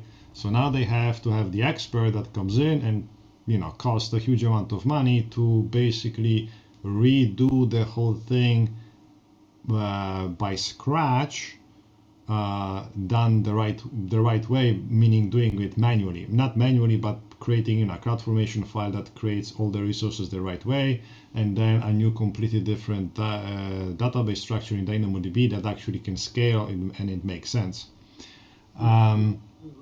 So in this case, yes, in the beginning it seemed that you're going to save money, and in the end you basically wasted 6 months because now the project is on hold and we are waiting for me to finish to redo the whole thing, reteach the developers how to work now in a different way. And you might say like, aha, David, I got you. You see, I win. But then no, I'm just joking. But then I would say like, if you were a startup that started with a CTO or a lead, like an engineer or cloud engineer that already knew things, you already be done with the project, right? True. Yeah. This is So it depends typical in stuff. which point of the life of the company, of the project, you find the right people to do the right thing, right? If you do it in the wrong order, then it takes longer and it's going to be more expensive. If you do it in the right order, it's going to take the exact amount of money. It's going to be more expensive, right? But at least you're going to be finished faster. True. So at least that's what I see when it comes to working in the cloud. You can shoot yourself in the foot for sure if you listen to the marketing mambo jumbo, right? Where AWS will say like, oh, Amplify, it's the new super thing that we created to make it super easy. And actually, I remember last year or 2 years ago, I lost a client because he said like, oh, I want to use Amplify, and I said, not the best idea. I don't believe you. Bye. Right? Because you cost too much money. It's like, and I don't know what happened to them, but I don't think they succeeded eventually, because this company that I'm working for right now had the same approach. Amplify is good enough, and then the actual CEO started reading the documentation of DynamoDB and realized, whoa, what Amplify does has nothing to do what the documentation says you should do. And even a non-technical person was able to understand that Amplify is doing the wrong thing, which is crazy. So yeah, I don't know what I'm trying to say, but I guess I said something. No, I mean it's no. You made a very strong point actually, which is to say that sometimes there, and this has been going on for years and years, right? Is that there's the hey, this thing is just gonna work, right? It's gonna be your miracle cure, your miracle Mhm. solution, right? In America they call it snake oil. Ah, okay. In French they call it poudre de perlimpinpin, Ooh, so fancy. which sounds really Yes. exotic. But anyway, instead of being a oil, it's a Ah, powder, okay. right? It's kind of like a miracle Got it. powder, right? And it's supposed to cure all ailments. And so, when you have some of these really nicely packaged, uh, um, I mean, I remember back in the days where Microsoft used to refer to it as a wizard, right? Hmm. Oh yeah, it's just a wizard, right? Right. Oh, I Oh yeah, remember those. I forgot that word that it existed. Yes, they did that. Now it's yes, called framework, and that back in the day was the wizard. there you are. Yep. And so this is supposed to make it easier, right? Just follow, step one, two, three, four, Mm-hmm. right? However, it gives you an illusion, right, that you actually do know what you're doing, but except you don't know what you're Mm. doing, right? You're just doing what someone thought, was right. And again, so really, it comes back to this lack of critical analysis or critical Mm-hmm. thinking. Yeah, like, hold on a second, all right, what am I really trying to do? Am I, and then you've got to go through that process, I think, or you need to be engaging with someone, who can help you. Right. Yeah. So I mean, that's why you do what you do. It's why I do what I do, Right. right? Is because very often, some outside expertise is Mm-hmm. required to help. Right. Okay, plug these gaps. No technology vendor is ever going to provide something that is suitably Mm. unbiased. Okay, because again, if I come along, and I have to be very careful as well about this, because if I'm pushing my own solution too much or my own technology Mm-hmm. stack too much, then it's going to again be biased. Right.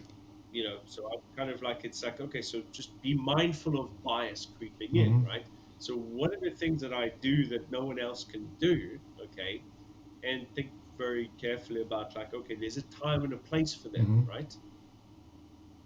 So let's just at least be honest and transparent with the customer that, look, okay, sure, you know, this is the stuff that I do, okay, that only I can Mm-hmm. do, right? Let's be mindful that some of what I do might not be appropriate, but Right. I'm going to help you, all right, get clarity on that. Mm-hmm.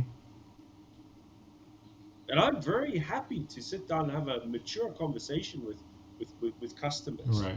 Yeah, that's something that AWS Basically say, doesn't.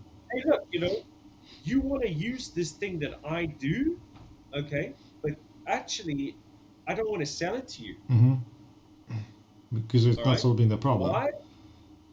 Because no, you could get a better result by doing something Mm. else. And I'd rather, I'd rather we work together, right? And that's, and again, I'm completely upfront and straight when I say, you know, where we obviously are the most valuable, and actually where we receive the most Mm-hmm. value, right, in terms of a project or the actual commercial side of Mm-hmm. things, is like when we're providing that right kind of advice. Right. Okay, so it isn't coming from a position of bias, saying, well, we do this particular, hardware product, or we do this particular software Mm-hmm. stack, right? Buy this, buy this, buy this, right? No, no, no, no, no. Right. Yeah, that's something that If it's AWS the right thing, it's is the right thing, lacking in because they try to make they try to make everything. And one of the Yeah, things is, for example, if a big 500 type company says, "Hey, we have mm-hmm. this problem, we don't have the time to do it," they will make a service out of it, which only they can Yeah, actually configure the right way. So, for example, AWS has Athena that allows you to yes, query data in S3, mm-hmm. and it's if you can do it. It's kind of cute, just to quickly check what do you have actually stored in S3. But then they have the option also to um, do the same thing to query DynamoDB. And I did Mm-hmm. try to configure that thing for a week, also with the help of AWS, and we were not able to make it Mm-hmm. work. Right? Interesting. And eventually said, you know what, just regular database. I will put stuff there. Regular SQL still works. Thank you very much. Because for sure, some client said, hey, we have terabytes and terabytes in DynamoDB. How can we query this? And they said, well, you can. We don't have this, but let's add, drivers, options, whatever to Athena. And now you have to have a Lambda that you have to deploy, that you have to connect, that you have to have the correct rights. You have to have the data stored in the right way. If the type is wrong, then the code that AWS wrote for the Lambda doesn't work exactly. So now they will tell you, well, you have to write to your own to modify it. I'm like, dude, I don't have the time for this, right? Uh, well, yeah, no, And so instead of I saying like, blame hey, this is not for you, this is just for some edge cases. If you truly don't know what you have in the DynamoDB, spend the next month to figure out how to make it work, right? Because maybe it's more time effective to do it that way than to move the data into a different format or a different database. But they will not tell you that, right? It's just, no, it's a service that we provide and it's production ready. I'm not sure about that. Yeah, well, I mean, talking about things that were supposed to be production ready and weren't, and then slipped and slipped and slipped. Well, you're familiar with time stream? Yes. I don't think I used it though. AWS time stream, the time series database. Yes. No, I never used it. Yeah. Okay. So again, this was, and then another service as well is what about SiteWise? What is that? Oh no, you never worked with AWS SiteWise? No, AWS site. Oh yes, what was it? Yeah, wait, Sitewise. Okay. Oh, the IoT thing. Yeah, which was kind of like taken from this is the whole AWS IoT Core, Greengrass. Right, because they did so many IoT things that I kind of lost Yeah, track of what they do. So Sitewise collect, organize, analyze industrial data at scale. Never yeah, it was used all it. about trying to put sort of like Industry 4.0 thing. So very much the world I play in, Hmm. right? It's just that honestly, a couple of evaluations of site-wise, but the Oh, amount of okay. things So you still have time to stream was part of the IoT thing that they did to analyze data that was coming in, right? the whole idea is to have what's known as a time series database. So I've got timestamp as my key, and then I've obviously got data, Hmm. right? And this was basically had been announced and then was meant to have been launched Uh-huh. in production, but it slipped by, I think it was well over 9 months from when it was announced. It was just like, hey, you said time stream would be Hmm. ready. Where is it? You don't see it in the Uh-huh. catalog. No. We're still trying to iron out some Okay. issues. Yeah, it was one of the things that really kind of got Oh, delayed, okay.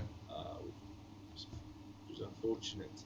But even then, when you look at time stream, it's and you compare it to other time series databases that Hmm. exist, it's kind of meh. It's kind of Right. meh. So It's basically, it's pretty. they said like, oh, there's some clients that are asking for this type of database. Huh? Why not make one, Yeah. and just kind of release it if we can, right? Yeah. There's a bunch of those services that are basically forced on you. Not forced on you, like they're Hmm. forced into the catalog, and you scratch your head, and who's going to use this stuff? So for sure, there is a Yes. little bit of those services that you go like, I don't get the point of it. Um, and yeah, the downside is if they're not popular enough, then they just don't Yeah. get enough resources to make them better, and they kind of fade. And yet they're still on prime time display that you can use them, and then you waste time trying to use them. Yeah. So yeah, I mean, for sure you have to know.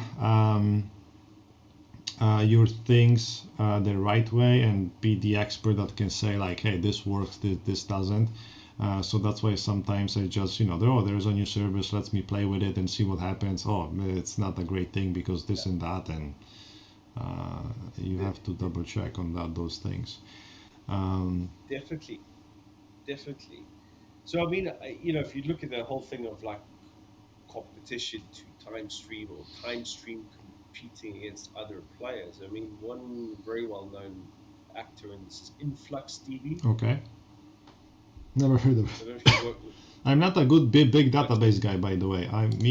The only thing that I like is DynamoDB. Actually, I like DynamoDB. I would Yeah, say no, this. no. It's good. No. I mean, that's definitely something that's a bit of a standout, right? So, but yeah, I mean, the two kind of well-known ones today, right? InfluxDB and Timescale. Okay. Hmm. But then you got others like QuestDB, which is also quite interesting. GridDB as well, and they're all other players. You can actually deploy in if you wanted to your Amazon Hmm. account. Some of these, okay. So you got recipes, easy to kind of drop in. Where things start to kind of like get a bit complicated with some enterprise IT departments is they take a look at the native AWS Hmm. service, especially if it is a serverless Hmm. service, and they try and do a comparison of that Mm-hmm. against, for example, a in your own account deployment of, for example, an equivalent Mm-hmm. service, right? And that's an unfair comparison because it's not apples to apples; it's an apples to oranges comparison. How come? Because the way AWS will price a serverless service will always be lower, right, Mm-hmm. than if you were to take exactly the same things and drop it into an EC squared VM, Oh, set of VM. okay. Basically, No, it should, like, normally serverless is going to be always more expensive. Like, for example, if you watch Lambda functions, they're cheap in the beginning, but once you start using them, they're not super cheap. but it comes back to your original argument, which I agree with, is that if you are a smaller startup or a smaller player, right, it's a great way to get started because you can keep your costs low. Mm-hmm. Okay. But obviously, as things grow, right, suddenly your choice opens up so wide Oh yeah, I mean in that's terms of something that we what always you can say actually to deploy. clients. Like And once you start having actually users and you start seeing which lambda or which type of database is being hit the most, then that's when you want to start doing some custom solutions that try to lower the price of whatever. Because the cool exactly. thing I think about the serverless world is, yeah, you don't have to literally manage anything. You just dump your code and it's just being executed. You don't think about it, and then once you're starting to become popular, you can see like, oh, these three things are being hit a lot, and we are paying thousands and thousands of dollars. What would happen if we made a switch to a regular server, right, and just paid a fixed price, Yeah. or maybe came up with another solution? So I mean, yeah, you have to be flexible like that for sure.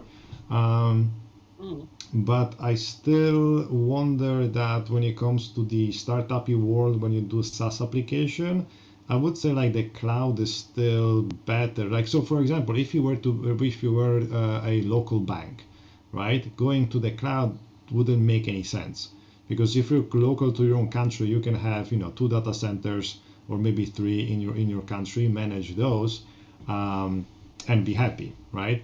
If you were to Well, also what? the law wouldn't allow Oh, legally you would not be allowed to do that, right. right? As well. But then if you Yeah. actually were a bank that is global, then maybe, a cloud provider or a data center already built that have all the infrastructure and everything could be a better solution, right? So for sure, it's all about what type of business do you have, because if you have a local one, so I remember like an old colleague of mine had a shop in Switzerland, and they were looking for a Mm. hosting provider that was just in Switzerland because they were just selling to Swiss people, right? Because they were selling, oh, go to AWS and do this, do that. It's like, well, no, but do they have data center in Switzerland? It's like, no, they don't have one.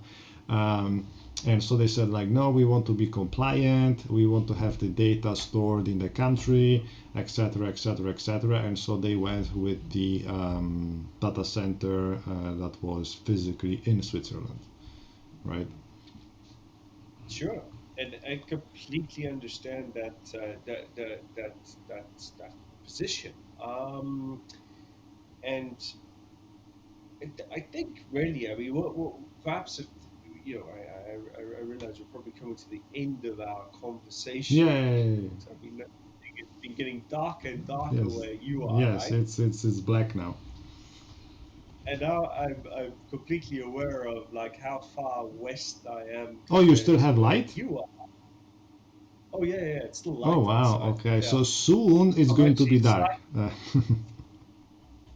in about 20 minutes, half an hour. No, about 20 minutes, Yeah, half an hour, probably. it'll start getting like Uh huh. twilight. So like how it was 30 minutes. So yeah, because I'm on the same longitude. Right. Actually, no, I'm a bit further west Ah, okay. than London right Okay. now. I'm in the southwest of Okay. France, Okay. well, Okay. Okay. Yeah, it's near interesting. the border of Spain, right? Uh, Close on the way to San Sebastian in Spain. right. I see. No, that's cool. Like, yeah, you Near see Bay that Brent. the world is actually round and it spins, right? That's why. Exactly, but I've been fascinated watching like sort of behind you, right, as it's getting darker Yep. and Yep. darker. Yep. Anyway, never mind. that was a little digression, but I think just to kind of bring things back full Mm-hmm. circle, I think, yes, before you are again getting to scale and you would like to be able to take advantage of, for example, global reach, of the fact that there already is a mature, highly available, and already scaled out infrastructure that you can sit on top Mm-hmm. of and use a little part Right. of without spending too much. That's great. That's a great starting point. And I think that argument is unbeatable. And it's going to be interesting to see how the space might open up with other Mm. players that could offer a similar choice. Because you might find that there are things coming up in the next several years that are going to, again, take the cloud on its next Mm. kind of like evolution, Right. right? We're seeing this with some of the foundational technologies. The fact that the old way of doing serverless, so what I'd call kind of like generation one serverless, where AWS would be Lambda Oh, okay. functions, right? First generation server, right? Where we're moving away from, again, that concept, okay, which I think had its foundation in even earlier platform as a service PaaS players like Heroku. Mm-hmm. Oh yeah, Heroku. I don't know if you ever worked with Yeah, yeah, I Heroku, was right? using Heroku before AWS for sure. Yeah. Right. So Heroku kind of like, again, is probably the quintessential sort of first to market of this kind of PaaS platform as a Right. Yeah. service kind of model. Damn, you could actually deploy an application without touching the underlying operating Mm, system. right. For me, that was radical when Heroku came Yeah. out and with this thing. Anyway, so when AWS came out with the whole thing of Lambda function as a Mm-hmm. service, right? Because it's not platform as a service, function as a service, right? Um, so okay, fine, I get it, all right, I get it, right? You want something where literally you've got like like literally a package of application code. You want to literally just publish it in and it runs somewhere. You don't care about the Mm-hmm. rest, okay? But we're seeing the pendulum shift a bit more as containers, Mm. and in particular Kubernetes, is becoming dominant. Right. Okay, Yeah, because in that dominant. case I you mean, could do something similar to what AWS has in your own infrastructure, because you can have your little code into a container and you can run it and yeah. you don't care what type of server it's running on, right? Yeah. Yeah, so the whole thing is like how being able to sort of package, and then it's got to do with your pipeline, Mm-hmm. right? Because I mean, it's the same thing with any kind of DevOps pipeline today, where I'm writing code. I know that this code needs to again be described or be, let's say Mm-hmm. boilerplated, if you want to call it, or with some of the news in the Yeah. industry. But basically, you have to write boilerplate around it so that the code is deployable Mm-hmm. somewhere. It needs to be pushed or released Right. somewhere. Now, in the old days, you used to like basically take source code, compile it, link and build, and then you end up with an executable, and you would end up with an installer Mm-hmm. package, Yeah. right? Code was put somewhere and you installed it onto a PC or onto a Mm-hmm. server. Today, right, the way you deploy it is kind of different, and it might involve, spinning up a virtual machine, having some scripts to install dependencies and layered software. Well, geez, I'm old enough to refer to that as layered Right. software. So this is software you layer on top of your operating Mm-hmm. system, your base operating system, and then you basically put your application code in. You would install it, copy it in, right? Well, in the new container world, right, it's a different way of again doing all of that stuff. So you end up with a package, and that package happens to be a container image, Mm-hmm. which is almost like a virtual machine, except it doesn't have its own kernel. Right. All right, And it can because run what it anywhere. does, You can shares port it. You code. can port it in any cloud provider, your own local hardware, your own computer. Um, Well, provided you have an hmm engine, right, that then hosts that container Right. image and provide the runtime for the container to hook into, you're hmm fine. So, that is much more portable. Right. So I think where, again, for me, the whole thing of Amazon Lambda, right, or AWS Lambda is a bit of an issue is that today you can't just sort of like deploy a Lambda function anywhere else outside of Right. Amazon, okay? But using exactly the same tooling.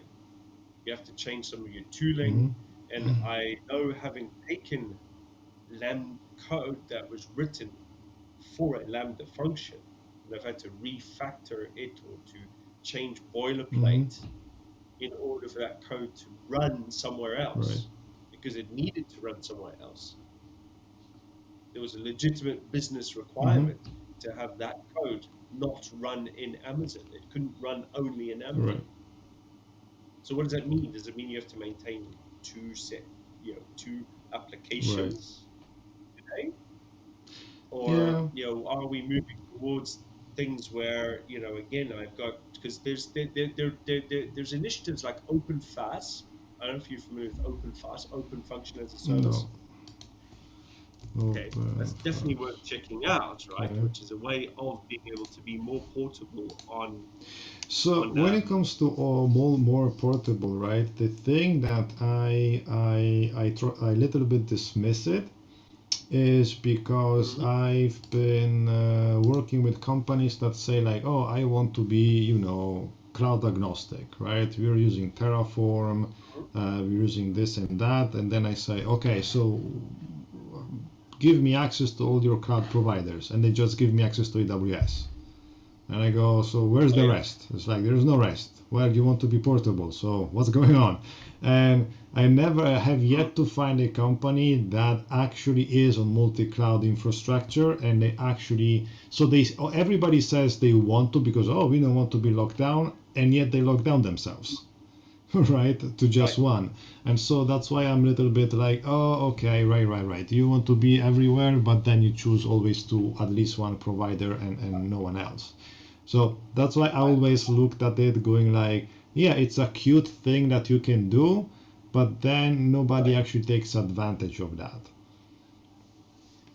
I have one customer, right, who's a massive, large, so like tens of billions of euro revenue Mm-hmm. company, who does have part of their estate in Google Mm-hmm. Cloud and part of their estate in AWS. Okay. And they're leveraging it very well. They've got some very specific sort of applications or kind of some of their, again, without going into Mm-hmm. specifics, right? They have entire application suites that are purely in Mm-hmm. AWS, and then they have other things that are within the Google Mm-hmm. GCP. Uh, there's another great example, and again, without naming names, and I won't go into any detail at all because it is kind of close to me. I would say sort of from my past, but No, no, of course. You again, don't have yeah, to. Yeah, don't have to be people who specific. know me, will know the company I'm Yeah, no, referring no. to There's no point of. very Yeah. well because they are a big company and they're actually got a very they're well known as being technically kind of like advanced when it comes to the business that Mm-hmm. they're in, but they deliberately took a multi-cloud first approach right from day one. Actually, they were anti-cloud quite a while Mm-hmm. back, but when the time came to actually do things with the cloud, they were multi-vendor, multi-cloud Mm. first. And so they have specific, okay, Mm-hmm. things in all three tier one hyperscalers, Mm-hmm. all right? But they also have ensured that some of the software and system products or solution products that they sell to their Mm-hmm. customers can work in each of the top three clouds Okay. as well. So they're deployable in, because they also recognize that their customers have their own cloud Right. accounts. Okay, so what you want to do is you want to be able to create a solution set of software and Mm-hmm. services that you know is going to be qualified and deployable into Microsoft Azure, into Google Cloud, or into Right. AWS.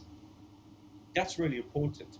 I've got But another that's also software actually quite vendor. impressive that they take the time to actually do it, because it must not be an easy thing to do to make sure that it works. Definitely not. It Because takes testing time and alone some. is like, wow.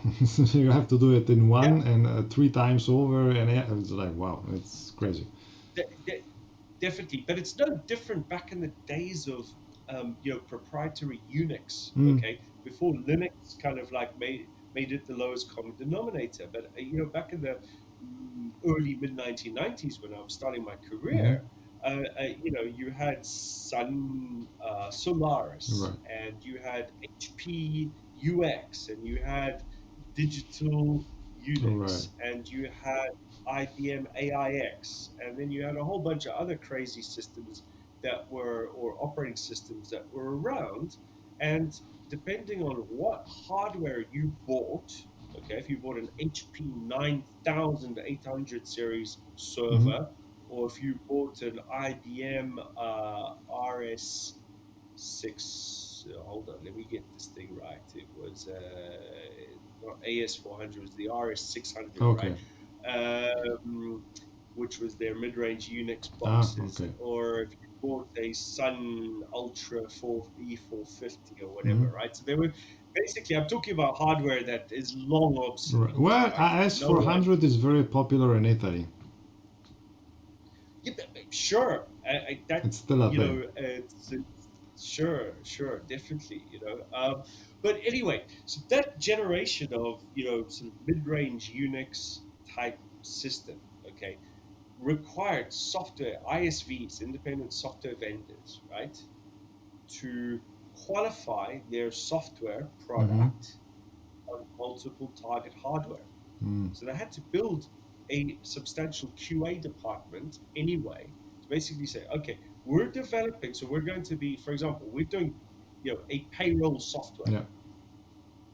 or we're doing some kind of computation software for doing earth imaging, or maybe sort of medical diagnostics or computer Right, animation. and so those vendors had to test, make sure that their software runs on all these type of servers, because each client would prefer, I prefer HP, I prefer Sun, I prefer IBM, Correct, etc., etc.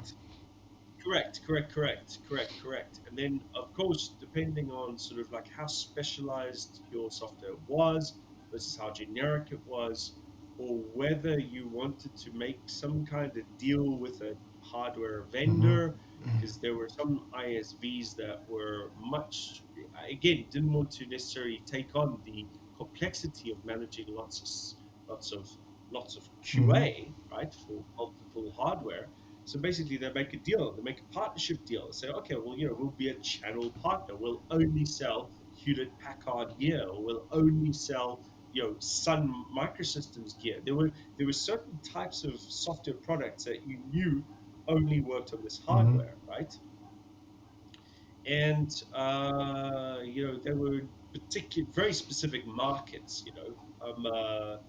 Telecom industry. There were things that ran on, and then again, you've also got very other small niche hardware players that got swallowed up by the big boys. I don't know if you ever heard of No, Tandem Nonstop OS. no, No, no, no, no, no.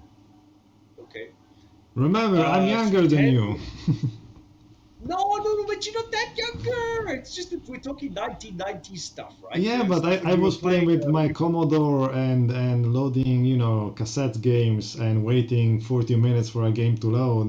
That was my Yeah, time.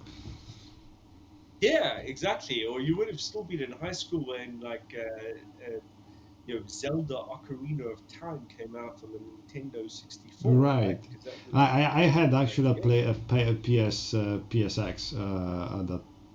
No, right? so yeah, my friend had this 64 and it was a huge deal. Yes, and we were going to his house to play because he was the only kid that actually was able to own it and have it. Yeah, yeah, I remember. That would have been very interesting. Uh, But yeah, so anyway, there we are. So, so yeah, but yeah, at that time I so was playing games, there not are looking at databases and operating systems. exactly, exactly, or doing, yeah. Again, that's a story for another Yeah. podcast, right? It's about some crazy, having to fix broken Unix servers in the middle of nowhere. But anyway, the point I'm making is that the whole multi-cloud thing is definitely Mhm. real, and there are examples, but they are not as widespread because you yourself confirm that people talk the talk. They say, "Yeah, we're multi-cloud, right? We're using, let's say, hyperscaler agnostic tooling." Mhm. So yeah, the fact that you're using Terraform doesn't mean you're Right. multi-cloud straight Yeah. away, right? If all you're doing is in AWS and you only are going to be buying from AWS, then you're not Right. multi-cloud, right? You have the You possibility need to, to be multi-cloud, but yeah, but that's a yeah. possibility, okay? It's not a choice. It's not a choice Yeah, to I say mean, I'm so going to there is put. no strategy in place to move from one provider to another if something happens, right? So even if something happened and they wanted to move, they're Yeah. stuck. They have to spend a few months to just make sure that they actually can deploy in the other cloud provider. No, if you want to really demonstrate your multi-cloud, how can I say, Hmm. posture, is to say, well, I've got a blue-green architecture, and my blues in AWS and my greens in Hmm. GCP, Yeah. which is cool. Or if it's not blue green, you could say, well, listen, I'm running Canary in Hmm. Azure and I'm running production in Right. AWS. Or I swap, I basically alternate my Canary and my production Right. from. Yeah, I mean, then there's all sorts of strategies, but yeah, it's good that you know someone that does that, but I never met anybody that it's even close to Yeah, that. I mean, I've got some software vendor examples where they have the ability to, again, deploy in their total what they call their cloud. So they actually provide like for example, a software as a service, and as a subscription model, right? And you can access and consume Hmm. that, except it does run on some public cloud, Hmm. okay? And they also then license this is that if you want to install it as virtual on-premise, this is how some marketing and salespeople Hmm. are pushing this kind of software. Say, it's virtual on-premise. What do you mean virtual on-premise? Well, basically, it means that it lives in your cloud account. Uh-huh. Yeah. Okay, so you basically are buying a subscription for Yeah. software, but it is Oh, I installed see. inside your account Got it. as opposed to inside the vendor's Right. So account basically, as that's a. what I'm doing. Like when I'm selling my products, you can deploy them in your account, so they're yours, kind of. Absolutely, absolutely, exactly. So you have that same Hmm. approach. It's typically the product that you sell is it's not a, how can I say, it's not a set of machines and network Mm. infrastructure. So Well, you're not selling something which is a complete cloud formation no, I of do that provide a all. CloudFormation file that deploys the product itself on AC2, and then, for example, it creates also an EFS drive that then it's mounted Mhm. into the system to store all the custom settings. And depending on the product, then I do other things. Or then I configure the security groups. Um, what else? Some roles if they have to access S3. So I do a little bit of things here and there. So you could take that like further by again creating a complete, sort of like package, right? So imagine, for example, there's some software vendors I'm familiar with who will, for example, they'll actually have something which will compete directly against some of the AWS services that Mm-hmm. exist because part of their overall product Mm-hmm. set included Mm-hmm. functionality that is necessary for an enterprise but existed before AWS created a Mm. competing service.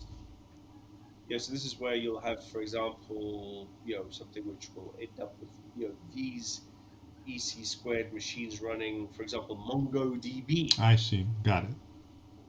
Yep. Okay, or you would have Apache Kafka Mm-hmm. acting as Right. the kind of So yeah, they're basically setting up like so AWS would have some competitive things, and they yeah. just setting up like the same similar product.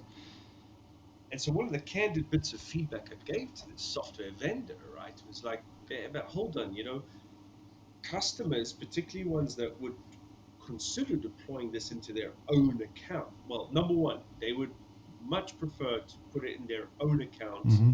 than to buy it as a service multi-tenant where it's hosted in your account and you're just charging them a Mm-hmm. subscription. Because it's I've got my cloud, Right. right? It was my account. When I say my cloud, right, it's my Yes. account at AWS or at Azure Mm-hmm. or whatever, right? So I have this contractual agreement. I know that I can deploy whatever services I like. I can set these security rules. I've got that ability to define my Mm-hmm. landscape.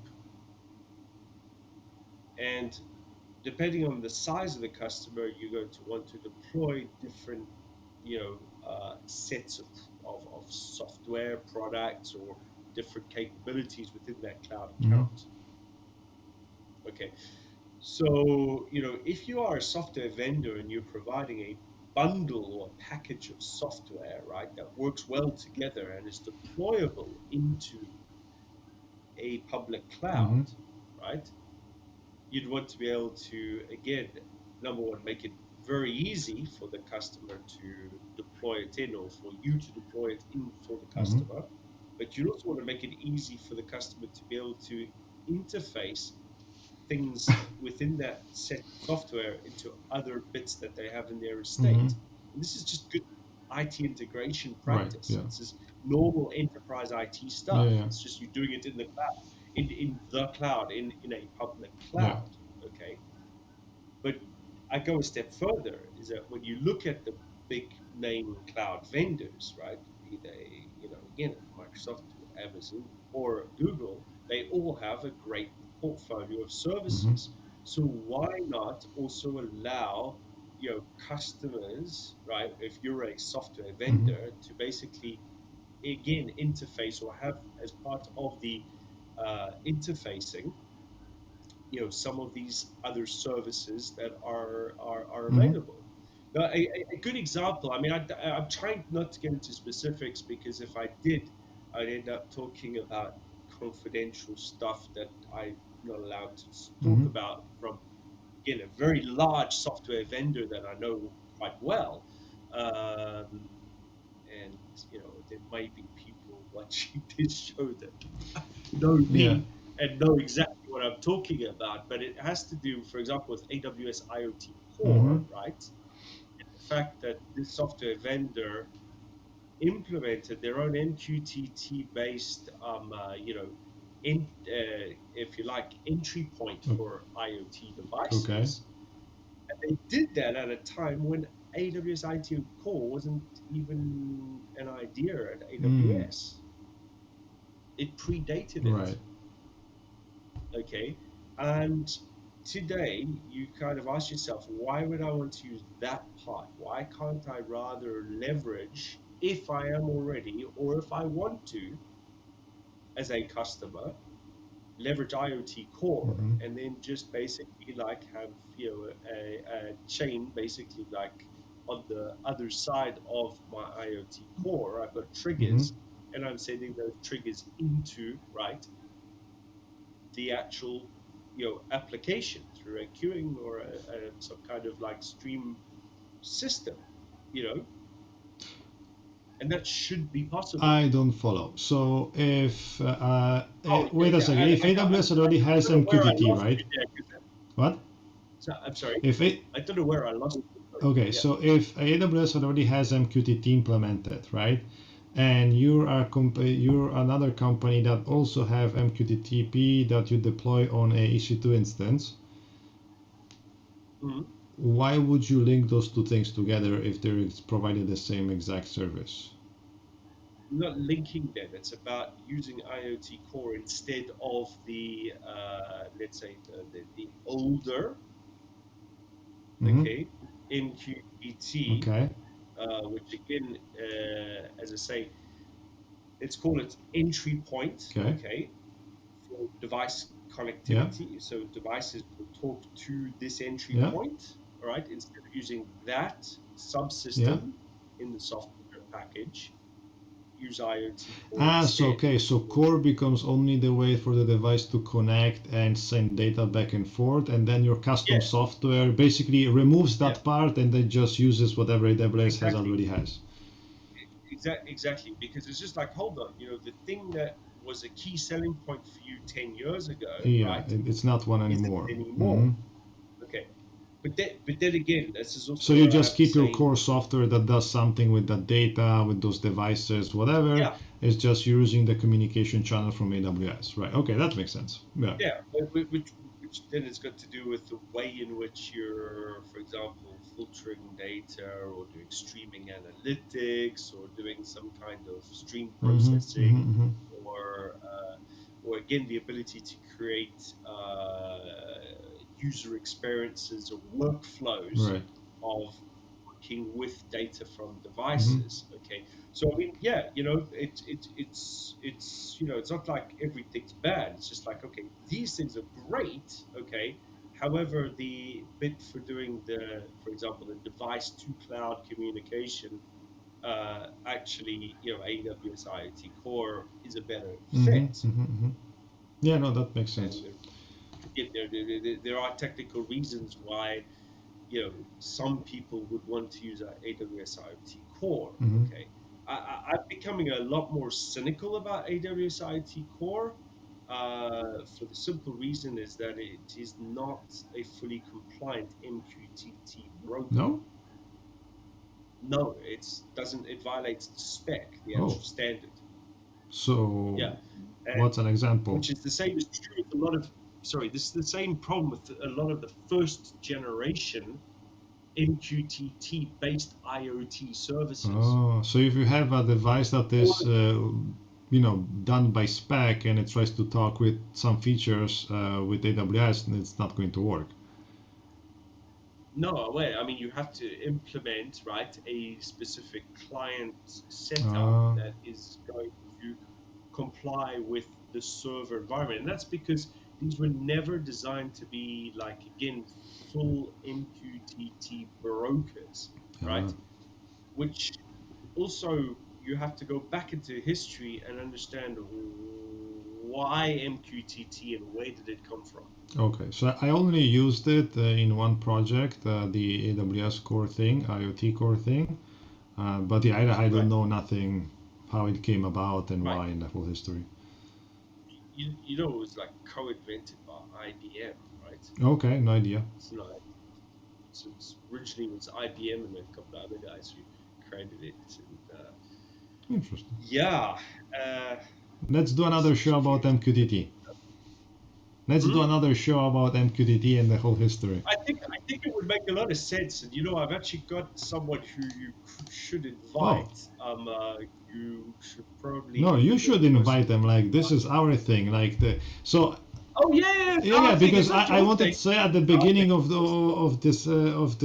this chat was I changed my approach because the original thing was like, oh, I'm going to have people that ask me questions, right? And then Yeah, I will record it and release it. But then I realized that nobody's going to actually do that because why would you, as a CEO, come to me with all your problems in a public space? Right? It doesn't make any sense. So I decided, okay, let's scrap this idea and let's just us have a chat once a month or whenever we want to have it, and just let's make it our little show where we meet online and have a chat. It's a damn good idea, and right now it doesn't have any specific hardcore name or No, cool. I have a website where I can put stuff. I have a fun idea on how to do a little cool little stack of automation in AWS, to upload the file, process it, do transcriptions, upload to YouTube automatically, and all of that jazz. So it's going to Right? also be a fun little side project to work on.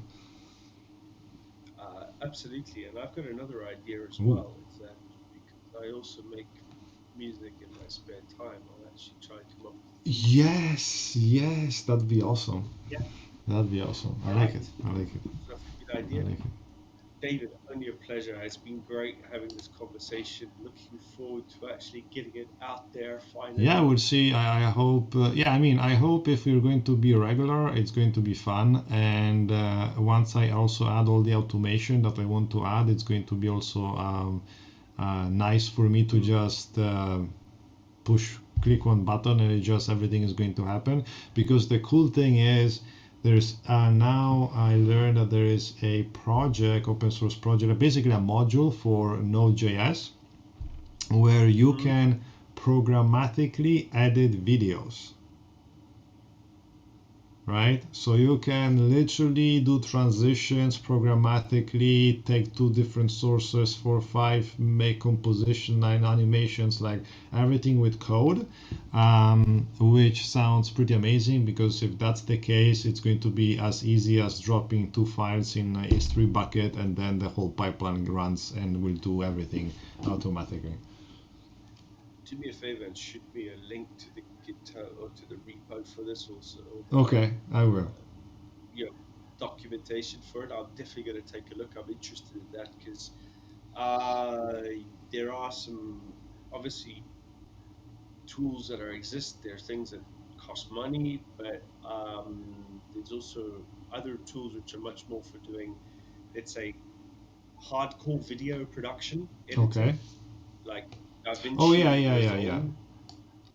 Okay, which is a great piece of software, but it's a full-on video editor. But if, for example, I want to take like a podcast or some kind of quick video, Mm-hmm. or want to do something quickly spliced Yeah. together, wow, being able to do that, kind of in a more, how can I say, abstracted Mm-hmm. way than doing it low level. Because I mean, again, writing little scripts to do things with FM MPEG, Mm-hmm. FFmpeg is quite good. You can do Yeah, various I things mean, with yeah, you can, low. but again, it's a little bit, I would say, a big learning curve to get to know that thing really well. Um, Oh, it is. It is. And there's a lot of parameters to kind of like deal with. yeah, and So this when you tool that I kind of script it found is out, basically write code in JavaScript, and then and you provide with code what you want, and then this tool basically talk to FFmpeg, and then renders out the whole thing for you, so you don't have to. I'd love to have a look at that because it would simplify a lot of kind of some of the things I do anyway with Uh huh. FFmpeg from the command Okay. line.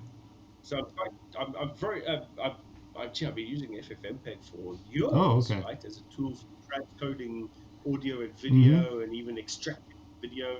I yeah. Anyway, we'll talk Okay. about that later Yeah, about yeah. cool things you can do with media because that might be an interesting theme for another chat on the Yeah, podcast. it Is would to be keep on interesting to learn what you're doing with FFmpeg. That yeah, what are you doing? Like, what's up with that? I tend to one of the things is actually when it comes to republishing video, it's something that's been published to one social media site that needs to be published Uh somewhere huh. else. Oh, you're grabbing and then pushing. So basically grabbing video from one source and then maybe mixing it or extracting audio from one Oh, or fancy you. and then basically then creating another production. Okay, Yeah. okay, okay. Interesting. Okay, cool, man. I mean, it was nice talking. Cool approach. Uh, Yeah. And yeah, I can't wait for the next one, the history of computers. I guess this could be like yeah, a recurring theme, like the history of technology, how it all started. What we could do is sort of like, yeah, sort of like future past, or kind of like, looking back to go forward. What are Yeah, I mean, those it's type of always things? nice to know how something came about to better understand how to use it in the present. Well, yeah, and it just kind of like opens some questions about, okay, so that's why we're doing this kind of thing today, Yeah, you know? exactly. Well, this is how come we've ended up where we Yeah. are. So anyway, no, it's good. It's a great it's a great thing. So listen, this is fantastic. Okay. I'm looking at the time. I need to go. Okay, and I will stop this recording. Thank you, everybody, for listening, and see you next time. Only a pleasure. Thank you, everyone. Bye.